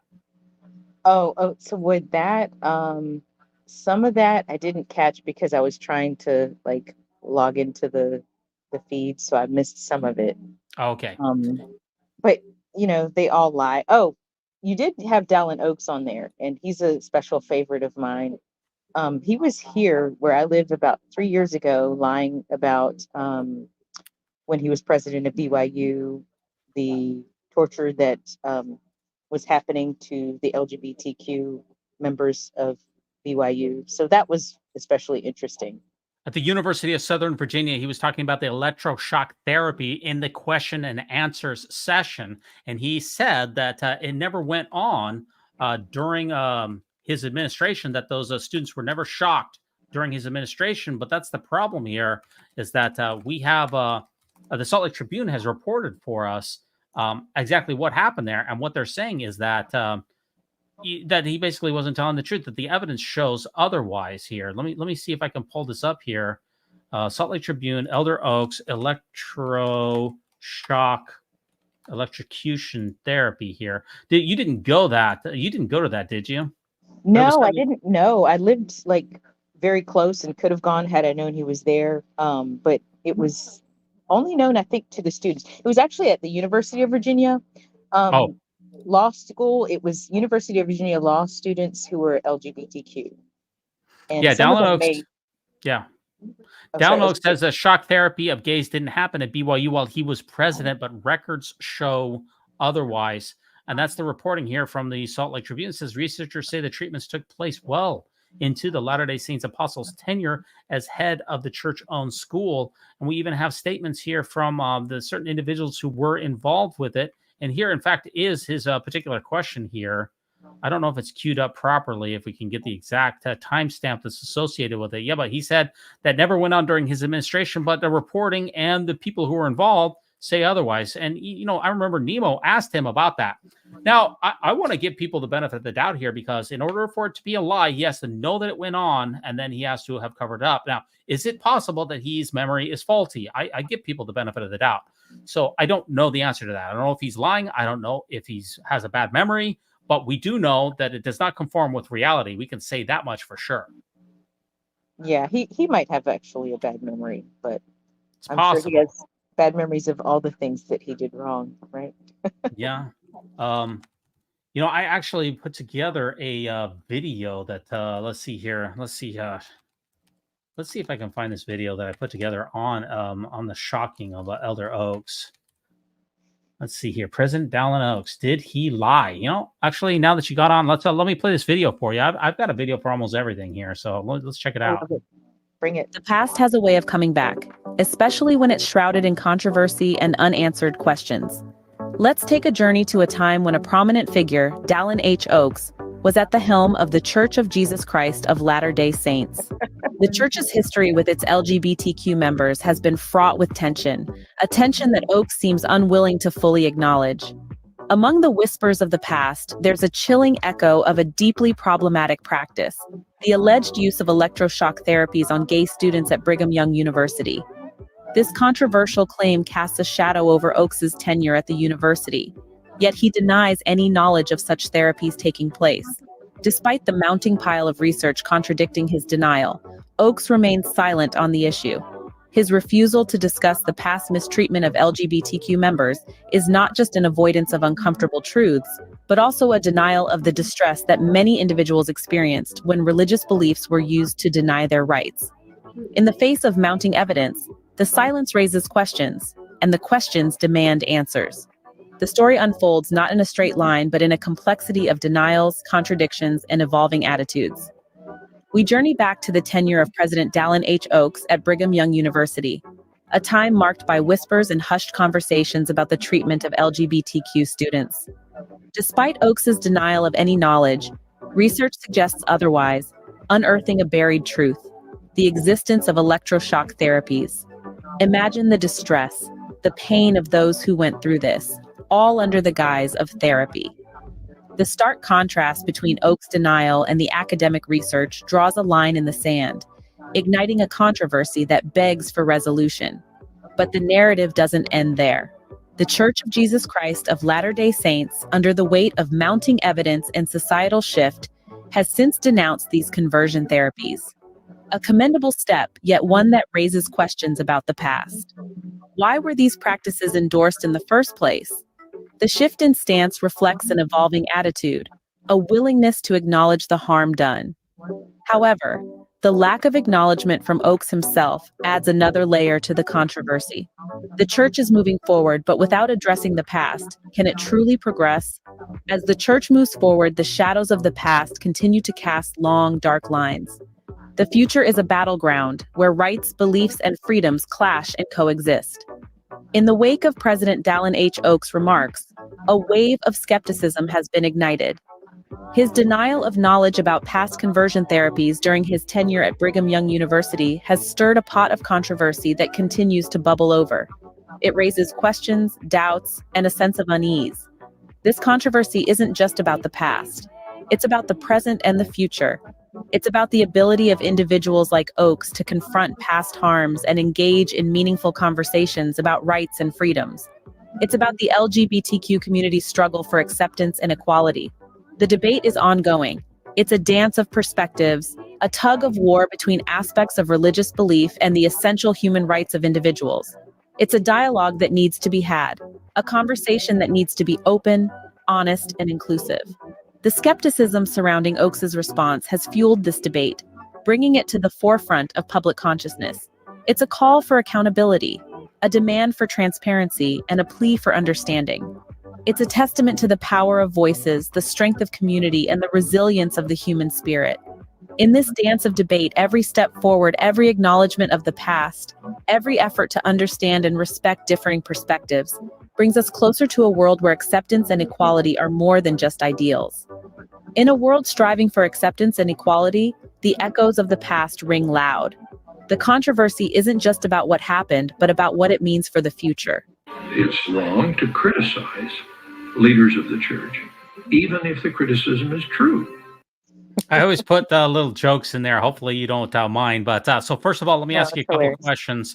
What is wrong to criticize leaders of the church, even if the criticism is true? That is perfect timing. I forgot that I put that joke at the end of that. So I know it's a serious subject, but I'm always, I guess, a little bit of a jokester and a little bit irreverent. So first of all, why did you want to talk about this topic, since this happened quite some time ago and his denials came out a couple of years ago? Why'd you want to talk about it?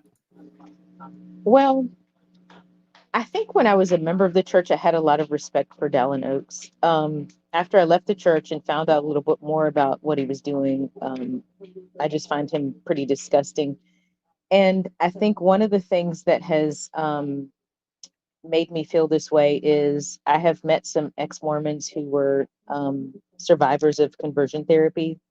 And just, how I think in most cases, it's illegal now to do conversion therapy. But there are a lot of members of the LGBTQIA plus community who have lost their lives because of issues surrounding that, and that is an issue that is very important to me. I have family members in the LGBTQIA plus community. I have all my life. I've had cousins and family members and other close family members who are in this community, and to have grown up in a religion where they were told that what they are is not acceptable. It's just not okay. So, and I think Dallin Oaks also seems to have a lot of hatred. And I think that, we look at the reality of the fact that the current president of the church is 99 years old, right? So his next birthday, he'll be 100. I mean, he's kind of on the short end of where, or the jumping off point to say in life. So there's very good likelihood that Dallin Oaks will become the president of the church. And I think that Dallin, just from what I've seen in the past, the proclamation of the family, the things that he's, kind of espousing at this point, he just kind of has a homophobic sort of stance. And I feel like if he's at the head of the church, he's going to take it in a homophobic direction. And I think that's not the right way to go at this point. And I do think, and I guess it's more than just what I think. It's studies have been shown, there are statistics out there about the LGBTQIA community of Mormons, and a lot of them have ended their lives because of the way that they've been treated in the church, and that is very serious to me. That is something that is just it's not okay. And so I think he's a huge problem. There are a lot of other problems too, like and I'm just going to say this, even though I'm changing the subject a bit, but there's a question. I don't know, Divas, I'll let you decide how you want to handle it.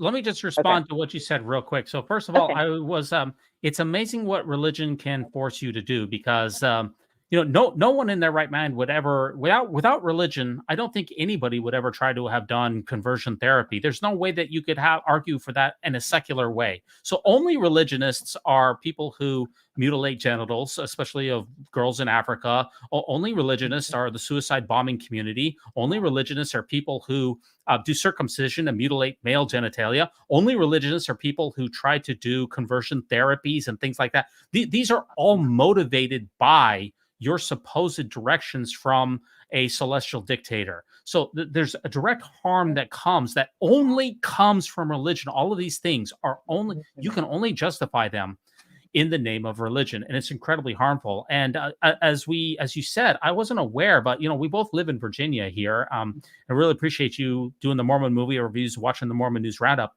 and I looked it up here because that's also where I live. And look, conversion therapy is now prohibited.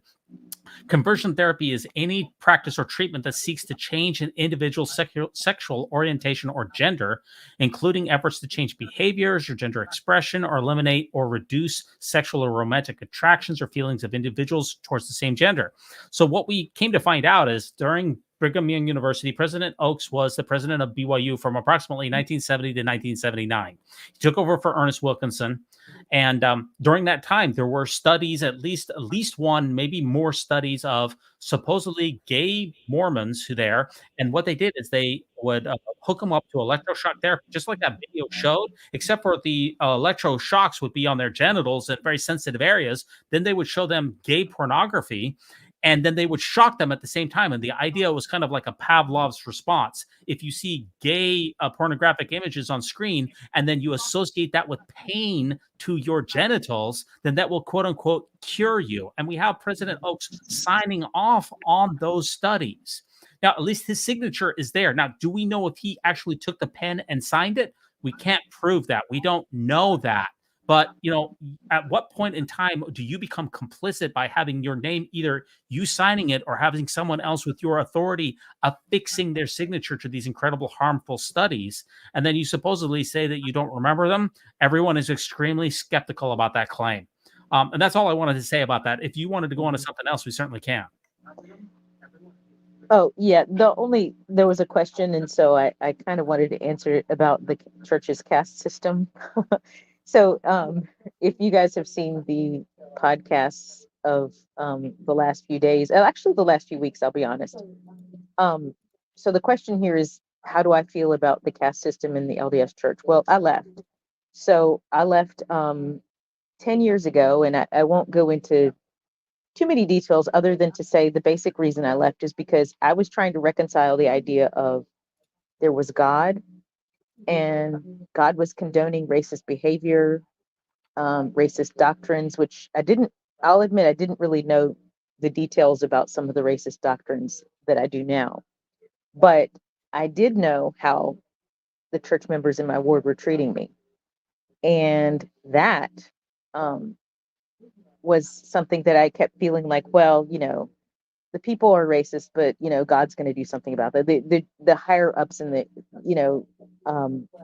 like I felt like the brethren would call out the racism that was going on in our ward and in our stake and things like that. And I waited and waited, and it never actually happened. And it was just something that I just could not accept. I was like, I don't believe God is a racist, and I felt like I was at church with people who are worshiping a different God than I was. And then there's the other issues that are present in the church, of course, like sexism and homophobia and patriarchal beliefs that are very detrimental to women, and also the way that they handle behaviors around sexuality, and so there were just a lot of issues, and so that was why I left. So I don't really get the whole church's caste system.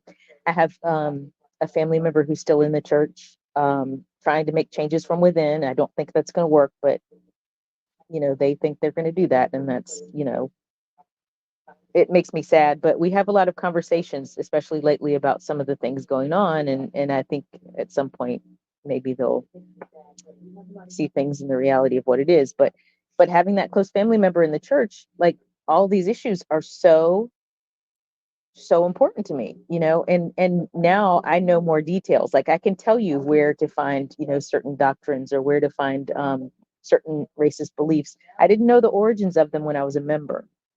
And I think a lot of effort was made to make sure that that was not discussed with us, because we joined the church after the ban was lifted. So if we had known about the ban, maybe we wouldn't be in the church. I was baptized as a kid, so this was what I was brought up in. So, so yeah, I'm not excited about the caste system. And one thing though that has made things a little more hopeful in the situation is, like, for example, if you haven't heard of Matt Harris's book, he's circulating around a lot of the podcast world talking about it. It's called Second Class Saints, and it's about the priesthood ban and Black Mormons. And there was a podcast yesterday about Jonathan Streeter and his letter that, as a member, I wasn't aware of. I was aware of it after some of you guys were in the comments last night about that. So it was interesting. You know, the reactions and things to that. And I won't, you know, go into more details about that other than to say, yeah, I'm not really happy with the church's caste system. It's pretty sad, and it's I feel like, though, if there were some informed consent, but even with that, I don't really feel like I don't think informed consent is the answer. But I do feel like, you know, whatever we can do to eliminate harm and alleviate harm. Because one of the things I was trying to point out in my comments last night and other times is just that, think about this. You were raised in this church all your life, and you are told by the leaders, the people who are supposed to be looked up to from the top 15 on down, that, you know, you were born into this world with skin that is cursed. And your skin is cursed because, you know, you did something before you were even born that you had no control over. And the irony of hearing that we believe that man should be punished for his own sins and not for Adam's transgressions. Sorry, right. So remember saying that every day, remember memorizing that, but that did not apply for people who were brown. Why are there two Mormonisms? Why is there one level of Mormonism for people who are brown and one for people who are black, and then also a different one for people who are indigenous? It makes no sense. It should be one church, right? And it should be people who love each other. But that whole thing is just like, and to be raised in this, and like, I think studies will still be done on the psychological damage of telling people that their skin is cursed. And honestly, it's, you know, people of African descent. It's also people that were considered quote unquote Lamanites. I think that's pure evil to tell people that your skin is cursed. That's like a horrible thing to tell people. And I think that the church is going to have some things to answer for it. But I think Matt Harris's book and some of the discussions we're having now are starting us down a path where we can kind of deal with these things and like put this in proper perspective and give voice to things that need to be heard.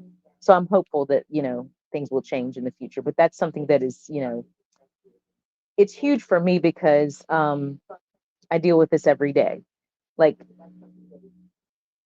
one of the comments that, and I'll leave on this comment, was just for a lot of the ex-Mormons who are of color, specifically ex-Mormons who are Black, we often feel that there is a lot of hatred in the ex-Mormon space. And so much so that we have discussions about it. We have support groups about it. I mean, that's how bad it is. And it's, for me, been one of the reasons I've been reluctant to kind of come out and talk about things, because it's really not been a kind space in some circumstances. Not every day and not all the time, but often enough that we have discussions to try to deal with it. So that's, you know, the reality of it for me. And I can't speak for every Black ex-Mormon, but I am friends with a lot of the ones that most people are familiar with. You know, some of the Mormon stories, ex-Mormons, like we have some groups that we're in together, or, you know, we talk. And it's kind of our way of kind of dealing with some of the things that really have been going on. But I'm really appreciative now that, you know, things are starting to be more brought out into the open, some of the things that more of the, as the comment said, marginalized people are dealing with. And I'm hoping that all the marginalized groups will be able to have a little bit more of a voice, and we'll be able to kind of have discussions. And I'm going to say this too, the discussions are not easy. They're hard. But I do think that, you know, we're not going to grow as people. We're not going to like form good bonds and relationships if we don't have those difficult conversations. Yeah, Matt, I really appreciate you sharing that, and I appreciate your watching of the Mormon News Roundup. Now, you can see the screen when I share the screen. You can see that, right? The book. Yeah, I mean, Matt Harris's book has really reignited a conversation that has reopened a wound for a lot of people. There's a lot of emotionality that comes with it. This is like extremely personal. I mean, we're talking about who you are at a core level, your person, and being told that you're a second-class saint. I mean, it really goes back to, I also released a video that we could watch on Jane Manning James, by the way, on how she was sealed to Joseph Smith as an eternal slave. And it's amazing to me, Songs, to see she was a black member of the church who couldn't go to the temple because it was during the race and the priesthood ban, died at around the turn of the century, around 1900, and begged to be able to go to the temple to be sealed with her family, but she was denied.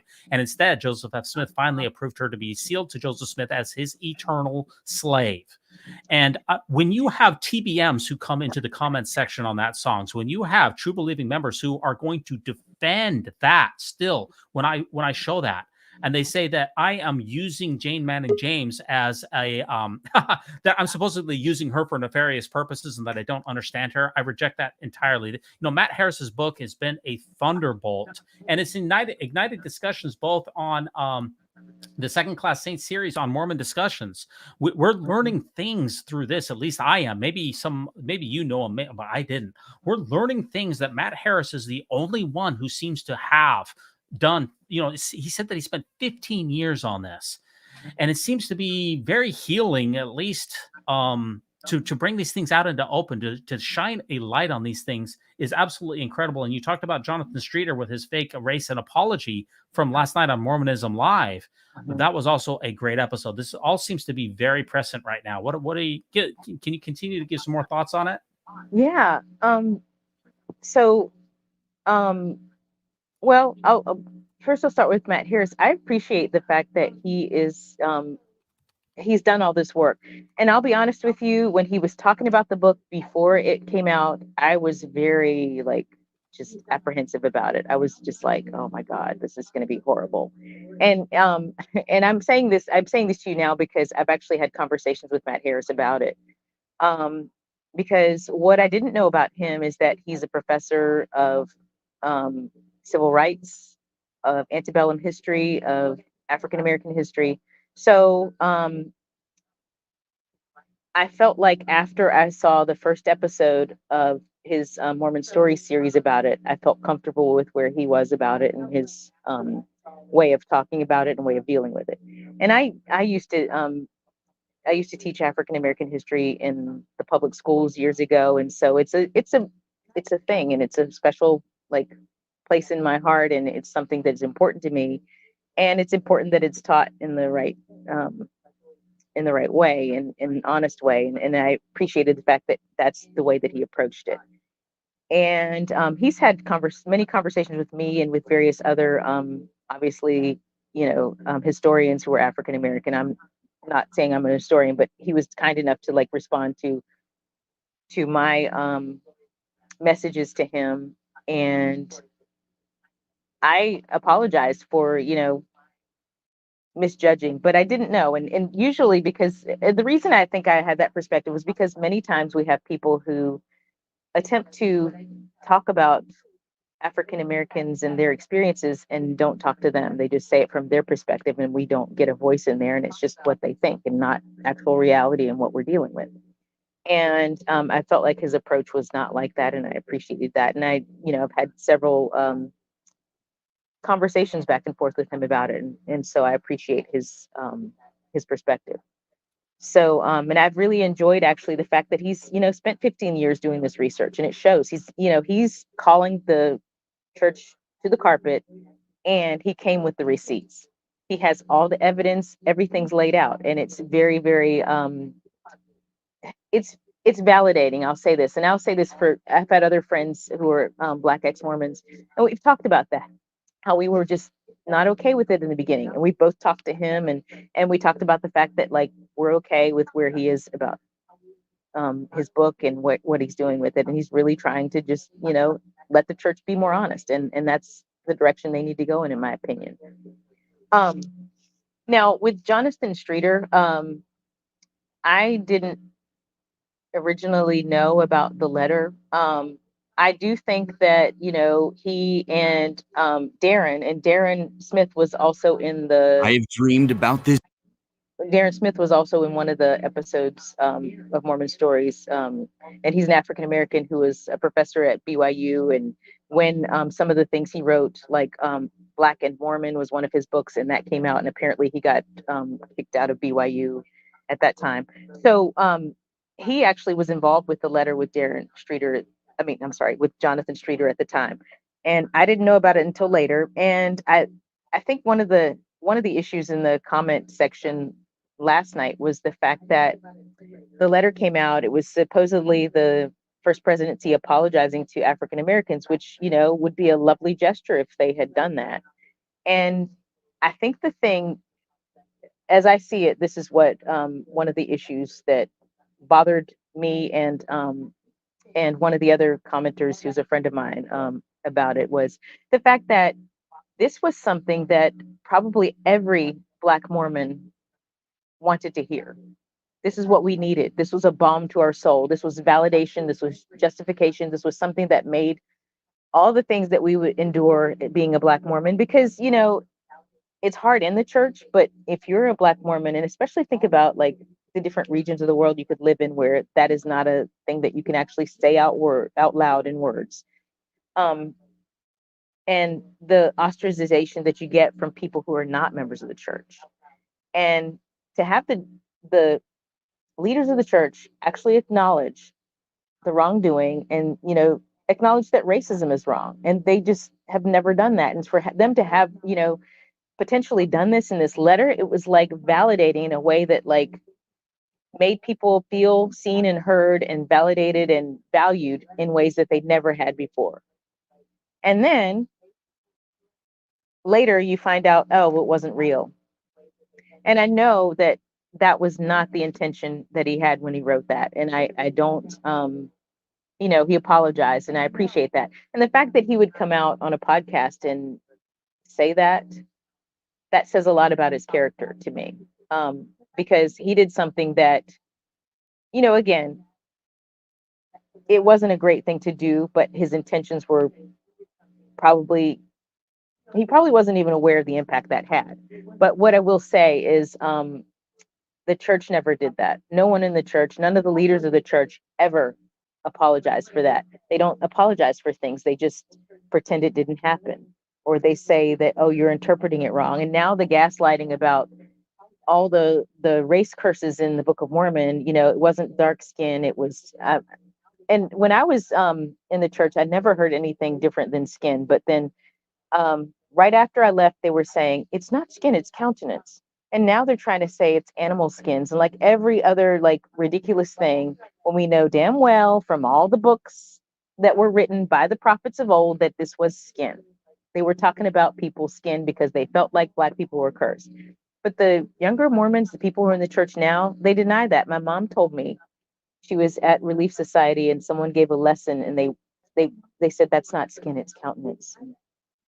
I was like, clearly you were too young to have read any of the books that said it was skin, because that's exactly what it said. Mormon Doctrine. I mean, there are books by Bruce R. McConkie and Ezra Taft Benson, and there's others I could name, but I can't think of right now. But the point is, we all know. And so to sit there and gaslight people and say it wasn't skin, it's just ridiculous.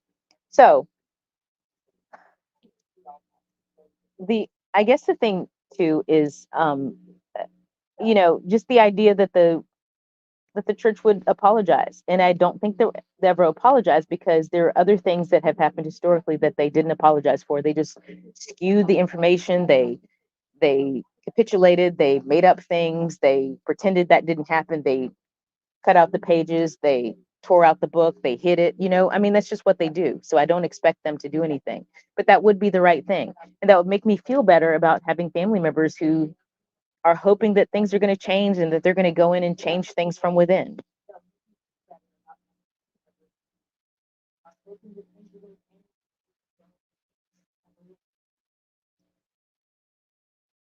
I just want to say too, I agree with that.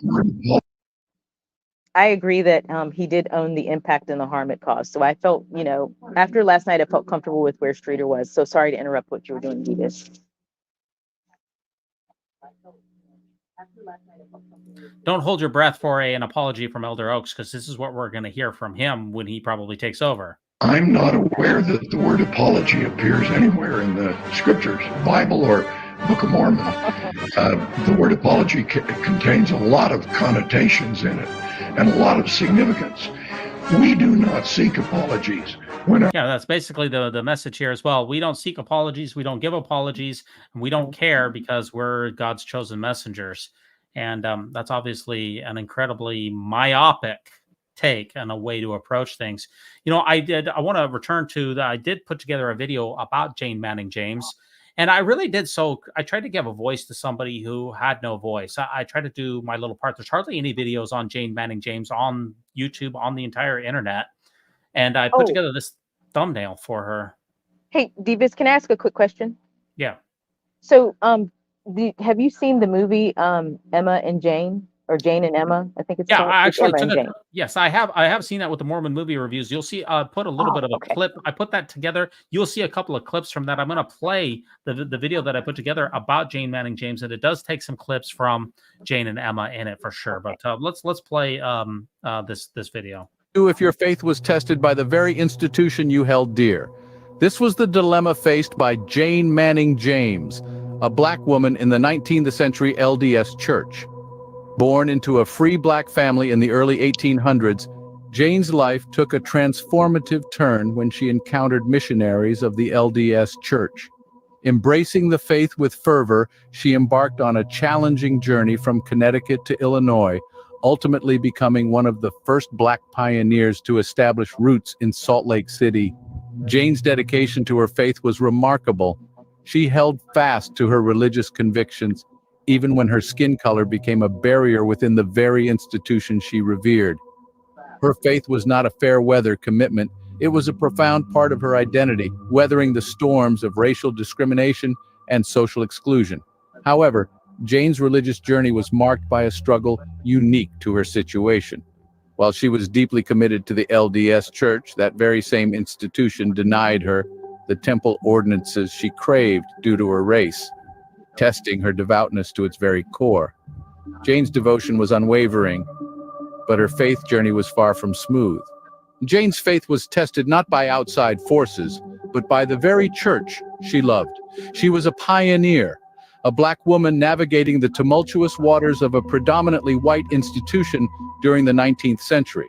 One of her most significant trials was her request to be sealed to the Smith family, a religious rite seen as crucial for salvation within the Mormon faith. But instead of the familial bond she sought, Jane was sealed as a servant to Joseph Smith, a unique and controversial event that remains the only known instance in the church's history. Unyielding, Jane continued to petition for the adoption sealing she desired, displaying a resilience and commitment to her faith that was nothing short of remarkable. Yet, the blessing she pursued with such tenacity proved elusive. Despite her petitions, Jane died without receiving the blessing she longed for. Fast forward to today, the LDS Church has undergone significant changes since Jane's time. In 1978, a significant doctrinal shift took place. Black individuals were granted the right to participate in temple ordinances, a privilege Jane Manning James had been denied due to her race. The following year, in 1979, Jane's ordinances were performed vicariously, more than 70 years after her death. This evolution in the church's practices brings to light important questions about the role of prophets and the validity of certain priesthood ordinances. The shift in doctrine that occurred over a century after Jane's pleas for equality raises questions about the nature of divine revelation and the role of societal influence in religious practices. Moreover, it prompts us to ponder on the concept of eternal truths in religions and the flexibility of these truths in the face of societal evolution. Jane's journey, though marked with trials and tribulations, resulted in a long overdue change, a change that continues to impact the lives of countless individuals today. Jane's story remains a powerful testament to faith in the face of adversity, reminding us of the need for continuous introspection and growth in our religious practices. Sometimes I feel like a slave. Let's not forget that Yeah, what do you think about that video about Jane Manning James? Was that pretty fair? Yeah, I think it's pretty fair. The thing that caught my attention that I didn't notice before is that she wanted to receive the adoption blessing or something about adoption. So Well, she wanted to be, adopted, right? The concept of being sealed to your family was really something that kind of took place in after the time of Brigham Young. It used to be that we had dynastic sealings. You were sealed to a prophet, Wilford Woodruff, same thing with Wilford Woodruff, all the way up until that time frame. It wasn't until later on that you were sealed man and wife and just into your family. It used to be that tons of people were sealed to Joseph Smith and that he would help you in the afterlife. Lots of people were sealed to Brigham Young. Lots of people were sealed to Wilford Woodruff. It was basically an adoption type mentality. Men were sealed to men because it was all part of a family thing. It wasn't until really polygamy and around the turn of the century of 1900 till people start being, we had a family concept of sealing. So yeah, that's what the video is referencing. Oh, okay. That wording just caught my ear, and I thought I didn't realize it was like that. And I don't remember that necessarily being the way it was worded in the film, but I could have missed something. And it's funny too, because a member of the church who's in my family asked me if I'd seen that, and that was when I knew that they knew that Joseph had was a polygamist, because they were like, "Well, there's this scene in the movie where Jane says to Emma."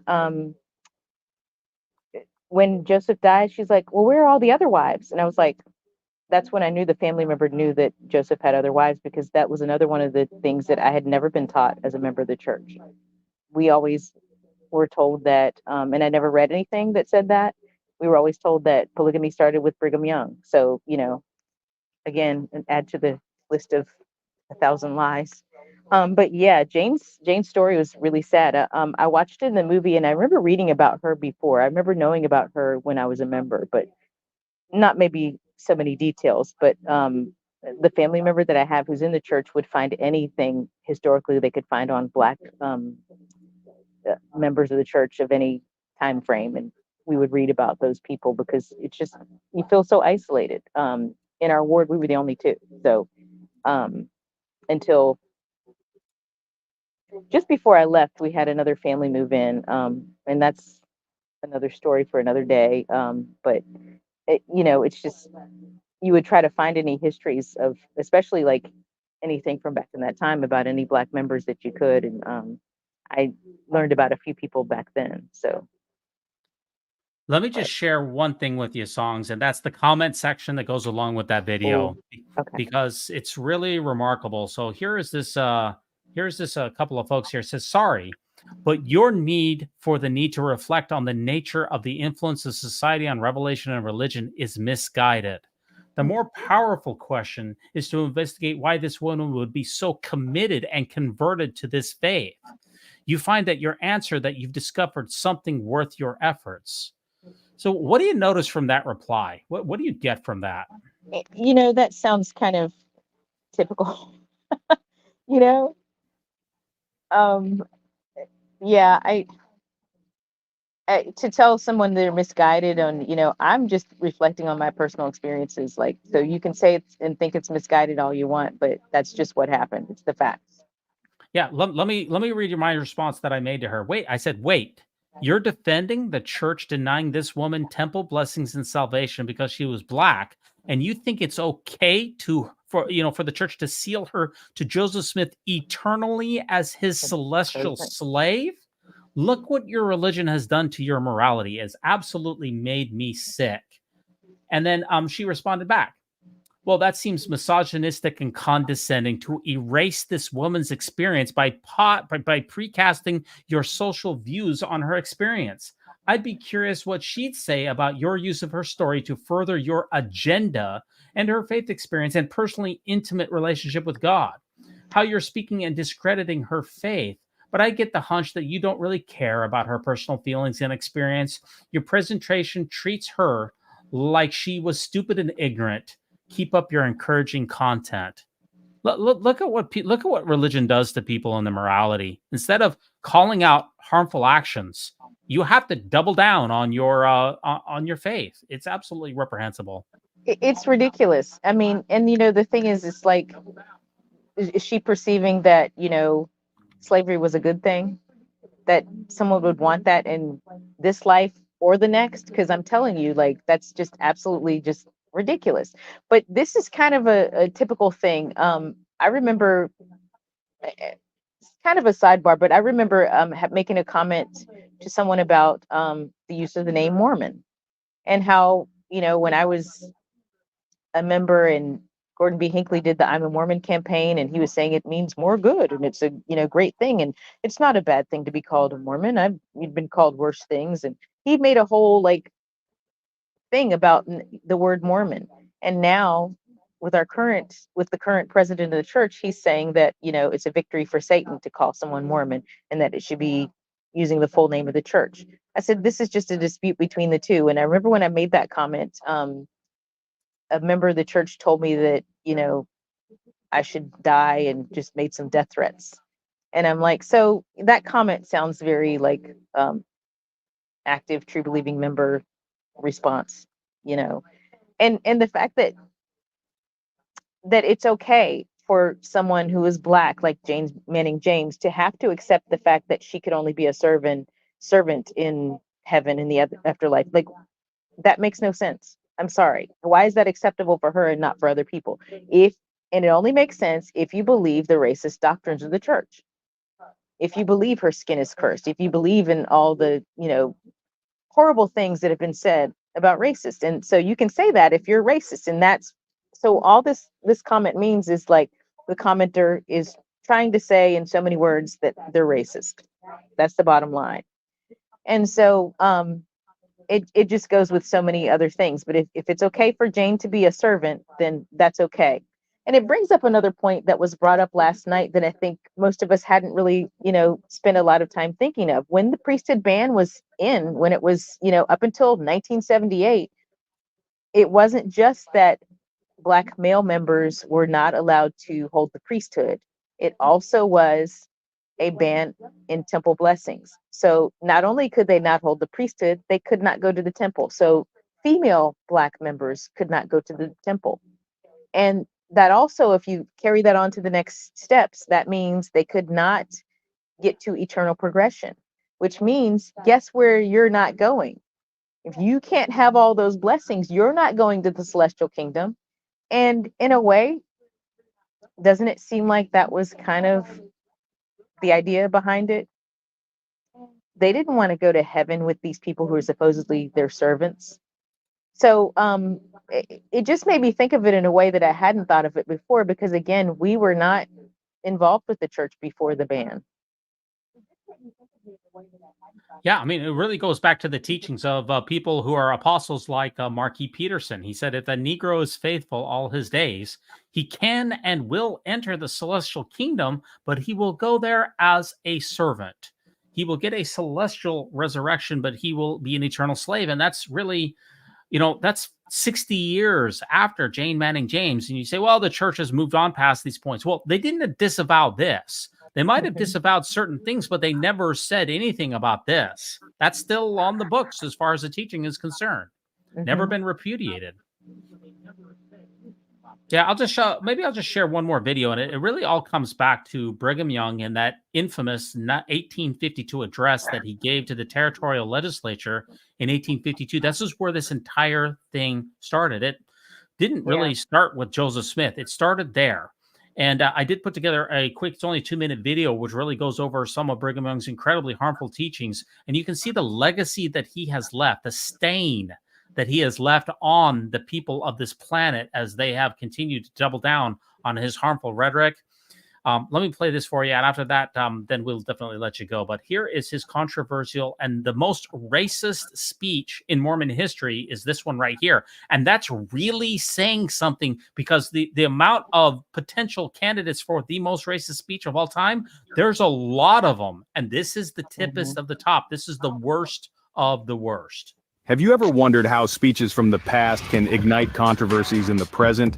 Today, we delve into one such speech from 1852. Picture this: Salt Lake City, the joint session of the legislature, and LDS President Brigham Young at the podium. Young wasn't just a political figure, he was a religious leader, holding a position of significant authority within the Latter-day Saints Church. Now let's take a look at the crux of his speech.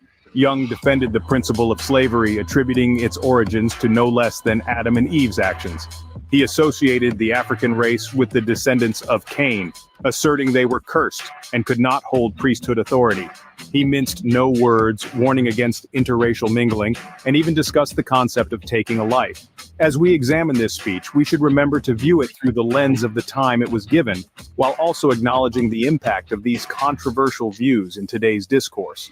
Now let's delve deeper into President Young's speech and the views he expressed. This speech is a historical artifact that gives us a glimpse into a different time and mindset.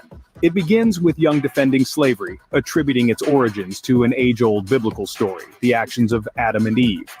This is a perspective that might seem perplexing to us now, but was shared by many during the mid-19th century. Next, Young delves into the subject of race, associating the descendants of Cain with the African race. He believed this lineage was cursed, and consequently, they could not hold priesthood authority.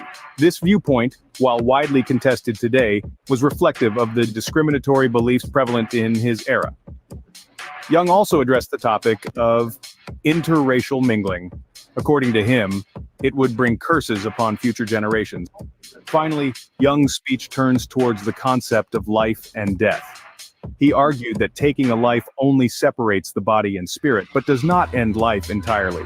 This philosophical musing adds another layer of complexity to his character and belief system. Young's speech certainly brings a multitude of controversial topics to the fore, sparking intense debates even today. In reflecting on Young's speech, we can see how historical perspectives can continue to resonate in the present. Young's defense of slavery, his views on race and priesthood, and his concept of life and death remain the cornerstones of his address. His remarks continue to generate controversy. The descendants of Cain, the curse on them, and the concept of life merely being a separation of body and spirit are all parts of this discourse. Understanding the historical context allows us to see the evolution of thought and society over time. It's not racist at all, no. I always put a stupid little joke at the end of these videos, and I sometimes forget which jokes they are. Sorry about that. Well, what do you think about that video and that address? It's really interesting how many times I've heard that this week. It's kind of crazy. And the funny thing too was on Monday I was listening to a podcast. I don't know. Maybe I shouldn't name drop, but I was listening to a podcast from an ex member of the AUB, and they were saying that they were actually quoting this quote from Brigham Young about if a member of the church, like, I'm trying to remember what was the term they used about race mixing or something. I don't know. Just the way they said it in that video was really funny. Yeah, mixes his race. Any race mixing, mixes. Yeah, the seed, mingling or something. I don't know what the mingles word. the seed. Yeah, mingles the seed. So when he said that, that just, it's hilarious. But it was the funniest thing on Monday. I was listening to this podcast and he had just said that, and then I got an update that the Mormon Stories was on, and it was like the sentence, just same sentence. It was just really interesting. But it was that one about how he said that if the race is mixed, then you would die immediately or whatever. And yeah, the phrase, you'd have to put a javelin through them. Yeah. And the phrase came up just within seconds. I turned off one podcast, I clicked on the other, and it was on the same sentence. It was just crazy. But the thing that's crazy to me is that even having this evidence, these receipts, people still will argue that, the church is not racist, and the prophets were not racist, and, skin was not skin. And, I've heard that 1,000 times in the last 20 years. I mean, the skin is not skin. They didn't mean skin, or last 2 years actually, since kind of deconstructing a little bit. But it's just the whole point of, like, how in the world can you say that this is not racist? I mean, and I'm not saying that all members of the church are, because there's so many who are not. But there are some who are, and they embrace this idea even if they can't articulate it. And the point is, I even dare say that probably some of the leaders still hold on to some of these beliefs. And you see it in the way that they treat people. So, and again, I know a lot of really wonderful members of the Church of Jesus Christ of Latter-day Saints. Wonderful people. I mean, but this doctrine is problematic, and there are those people who are in the church who embrace it because of beliefs like this. So it's still an issue. And the fact that we're still talking about this in 2024 and it's still not been addressed, and there, and I want to correct something I said earlier too, because I think it was Lee that mentioned in the comments that there was an apology by some of the prophets. And I did hear some of that in last night's podcast, that some of the prophets over the years have made apologies about racism. And on a private level, they've done so privately. Yeah, on a private level. But, I never heard that when I was a member. That would have been helpful and nice to hear. But, the church on a grander level doesn't apologize because they feel they have nothing to apologize for. But it's just really bothersome when, you have all this evidence of the racist beliefs and ideas. And, so what they do is they just deny it. If they would just acknowledge it and say, hey, we did this and we shouldn't have done this and we're really sorry, and make an apology, steal the words. I mean, this is the thing too. They could have stolen the words of Jonathan Streeter when he did that, right? They could have just stolen that. They could have said, hey, yeah, this is our words, or this is what we should say, or, this member said this. It didn't come from us, but this is what we need to say. If they could have done something like that, think of what strides they would have made, and think of how, like, when the people in the 54 countries in Africa figure out what they're doing and all the lies, because they're going to figure that out at some point. Like, then you have nothing to hide. You have nothing to jump around and no mental gymnastics to do. You can just come from a clean slate and just be like, yeah, we were wrong in the past, but now we're going to make some efforts to try to make things better. There are things they could do to really make things better, but they're not doing those things. And as they continue to lie about the past, hide the past, it's not going to make things any better. It's just going to make things worse. And when the NAACP finds out, that's it. I'm sorry, I'm done. Yeah, it's fine. I can just say one thing. This is the problem. Religion is not self-correcting, unlike science, because religion, you get a dogma from someone who's a supposed authority. And here we have Brigham Young just inventing, or essentially writing into 1852 things into the Bible, which is Iron Age nonsense to begin with. So we have a myth that the Garden of Eden is a myth. It didn't happen. We know that. And then we have someone who's supposedly taking authority from a story that is only a myth and saying, well, now I'm going to interpret this in a way that is going to cause a great deal of harm for generations of people afterwards. And there's no mechanism by which this can be corrected properly, because that it's all taken on faith. And therefore, it would be a contradiction to Brigham Young. And he is a supposed authority, and therefore it cannot be contradicted. This is in direct opposition to science, which is self-correcting. And also secular humanism is also correcting, because we can look at the outcomes of people sociologically speaking and say, okay, this is our paradigm. This is what we think maximizes human flourishing. And if these things aren't happening, then we can change our worldview. We can change our perspectives all around. That cannot happen with religion. And the dogma that is associated with religion is incredibly harmful. We've seen that from a couple of things that you brought up. First of all, with the way that the church treats its gay members, has treated and continues to treat it, the way that it has treated women in the church and how it continues to do so, and how it has treated persons of minorities and so-called Lamanites and persons of African ancestry, and how it continues to do so today. We've seen the harm that can come from putting your faith and trust in things for which we have no good evidence to believe that Brigham Young or anyone else or Joseph Smith was divinely inspired to bring forth all of this nonsense. And that's the entire problem. Can I give you the last word? And then I think we're going to call it a night. Any last thoughts on the Mormon News Roundup, Mormon movie reviews, or any of the stuff that we've talked about? Yeah, I just want to say thank you for inviting me to come up. I have been kind of reluctant about saying anything because I just was feeling a little, I don't know, just nervous about like sharing anything.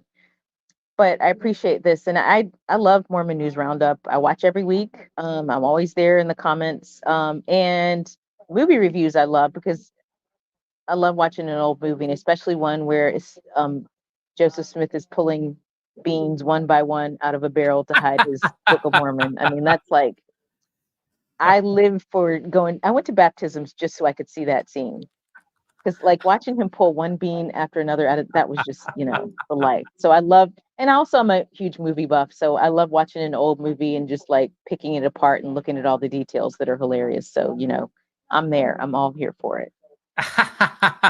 Yeah, you're talking about the Three Witnesses movie, which is one of the all-time favorite classic movies of all time, where Joseph Smith, actually, no, you're talking about the Lost Manuscript movie, Mormon movie reviews. We release new Mormon movie reviews every Monday night at 9:30 p.m. Eastern Standard Time. If you come on over to YouTube at that time, you can interact with your host. And quite frankly, I don't know if there's anyone around who knows his Mormon movies quite as well as I do. But yes, this is one of my favorite scenes of all time. Here you go, Songs. This one is for you. I think maybe we found what we're after. Sheriff, do I or do I not have the right to protect my own property? Well, Now, this is a good barrel filled with 200 pounds of good beans.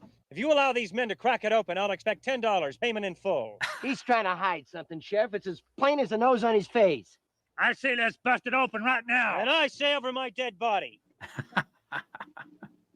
However, to satisfy your curiosity, Alva, hand me that bucket. I'll gladly scoop every last bean out with my hands at no extra charge. Now, I didn't set up this clip very well, but that's Joseph Smith. And inside the bottom of the bean barrel is the Book of Mormon. And Joseph Smith is going from Palmyra to Harmony, Pennsylvania, in order to translate the Book of Mormon in peace. And when I was watching this as a young boy, Songs, I was so nervous during this scene because I knew that those special golden plates were in the bottom of that barrel. And he's surrounded by sheriffs. He seems to be in a bad spot, doesn't he? Mm-hmm. Yeah, so let's find out what happens with Joseph Smith and these beans real quick. I know this is a diversion, but whatever. This is a random show. What can I tell you? It's all things Mormonism. I was on the edge of my seat. And of course, I have a full movie review of this movie. It's called The Lost Manuscript. It's a classic. There's actually a couple of versions of this movie that were made. One in 1974 and then another one in 1982. We're wasting our time. Come on. Sorry.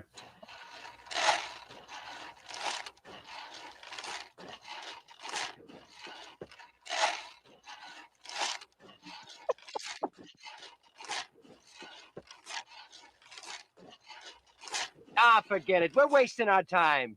Come on, let's go. You ain't getting away with this, Joe Smith. Right-thinking people will pull you down yet, you and your stories. Come on, man. That's one of my favorite lines of all time. You ain't gonna get away with this, Joe Smith. Right-thinking people gonna bring you down. Right-thinking people. Yeah, he's sure a right-thinking person, all right. He's a right-thinking person, all right. It's one of my favorite lines in Mormon cinema history. But hey, Songs, thanks so much for coming on. I appreciate the kind words. Thanks for your reflections on on Matt Harris's book. It's fascinating to hear that you've had conversations with him. I'd love to hear more about that another time. But thanks so much for coming on to the Real Talk Mormonism. Really appreciate it. Remember that no unhallowed hand can stop this podcast from progressing. Okay, I think I'm about ready to wrap this baby up for the night, unless anyone else wants to join the link there. The link is StreamYard.com, H2QXH2VTS. If there's anyone else who wants to come on, be sure to let me know, because I'm going to be burning the midnight oil in case there's anyone else who wants to come on. I am ready for it all. If you want to stick it to me, this is your opportunity. You want to question my morality, my ethics, my anything about me, I'd really appreciate it. Other than that, hey, thanks so much. I guess we're going to call it good. No one else is in the green room. I may be back on again tomorrow night. I don't know if I can fill up a 2.5-hour show. I had zero prep with this show, no prep whatsoever. I didn't do anything to prepare for this. I don't know how long I can keep this up, but I really appreciate you guys coming on. Thanks so much. Really appreciate it. Songs, you did a very good job. Appreciate it, Doug. We need some of you guys here who are lurking out in the chat. We need you to come on. I don't care what we're going to talk about. This is all things Mormonism.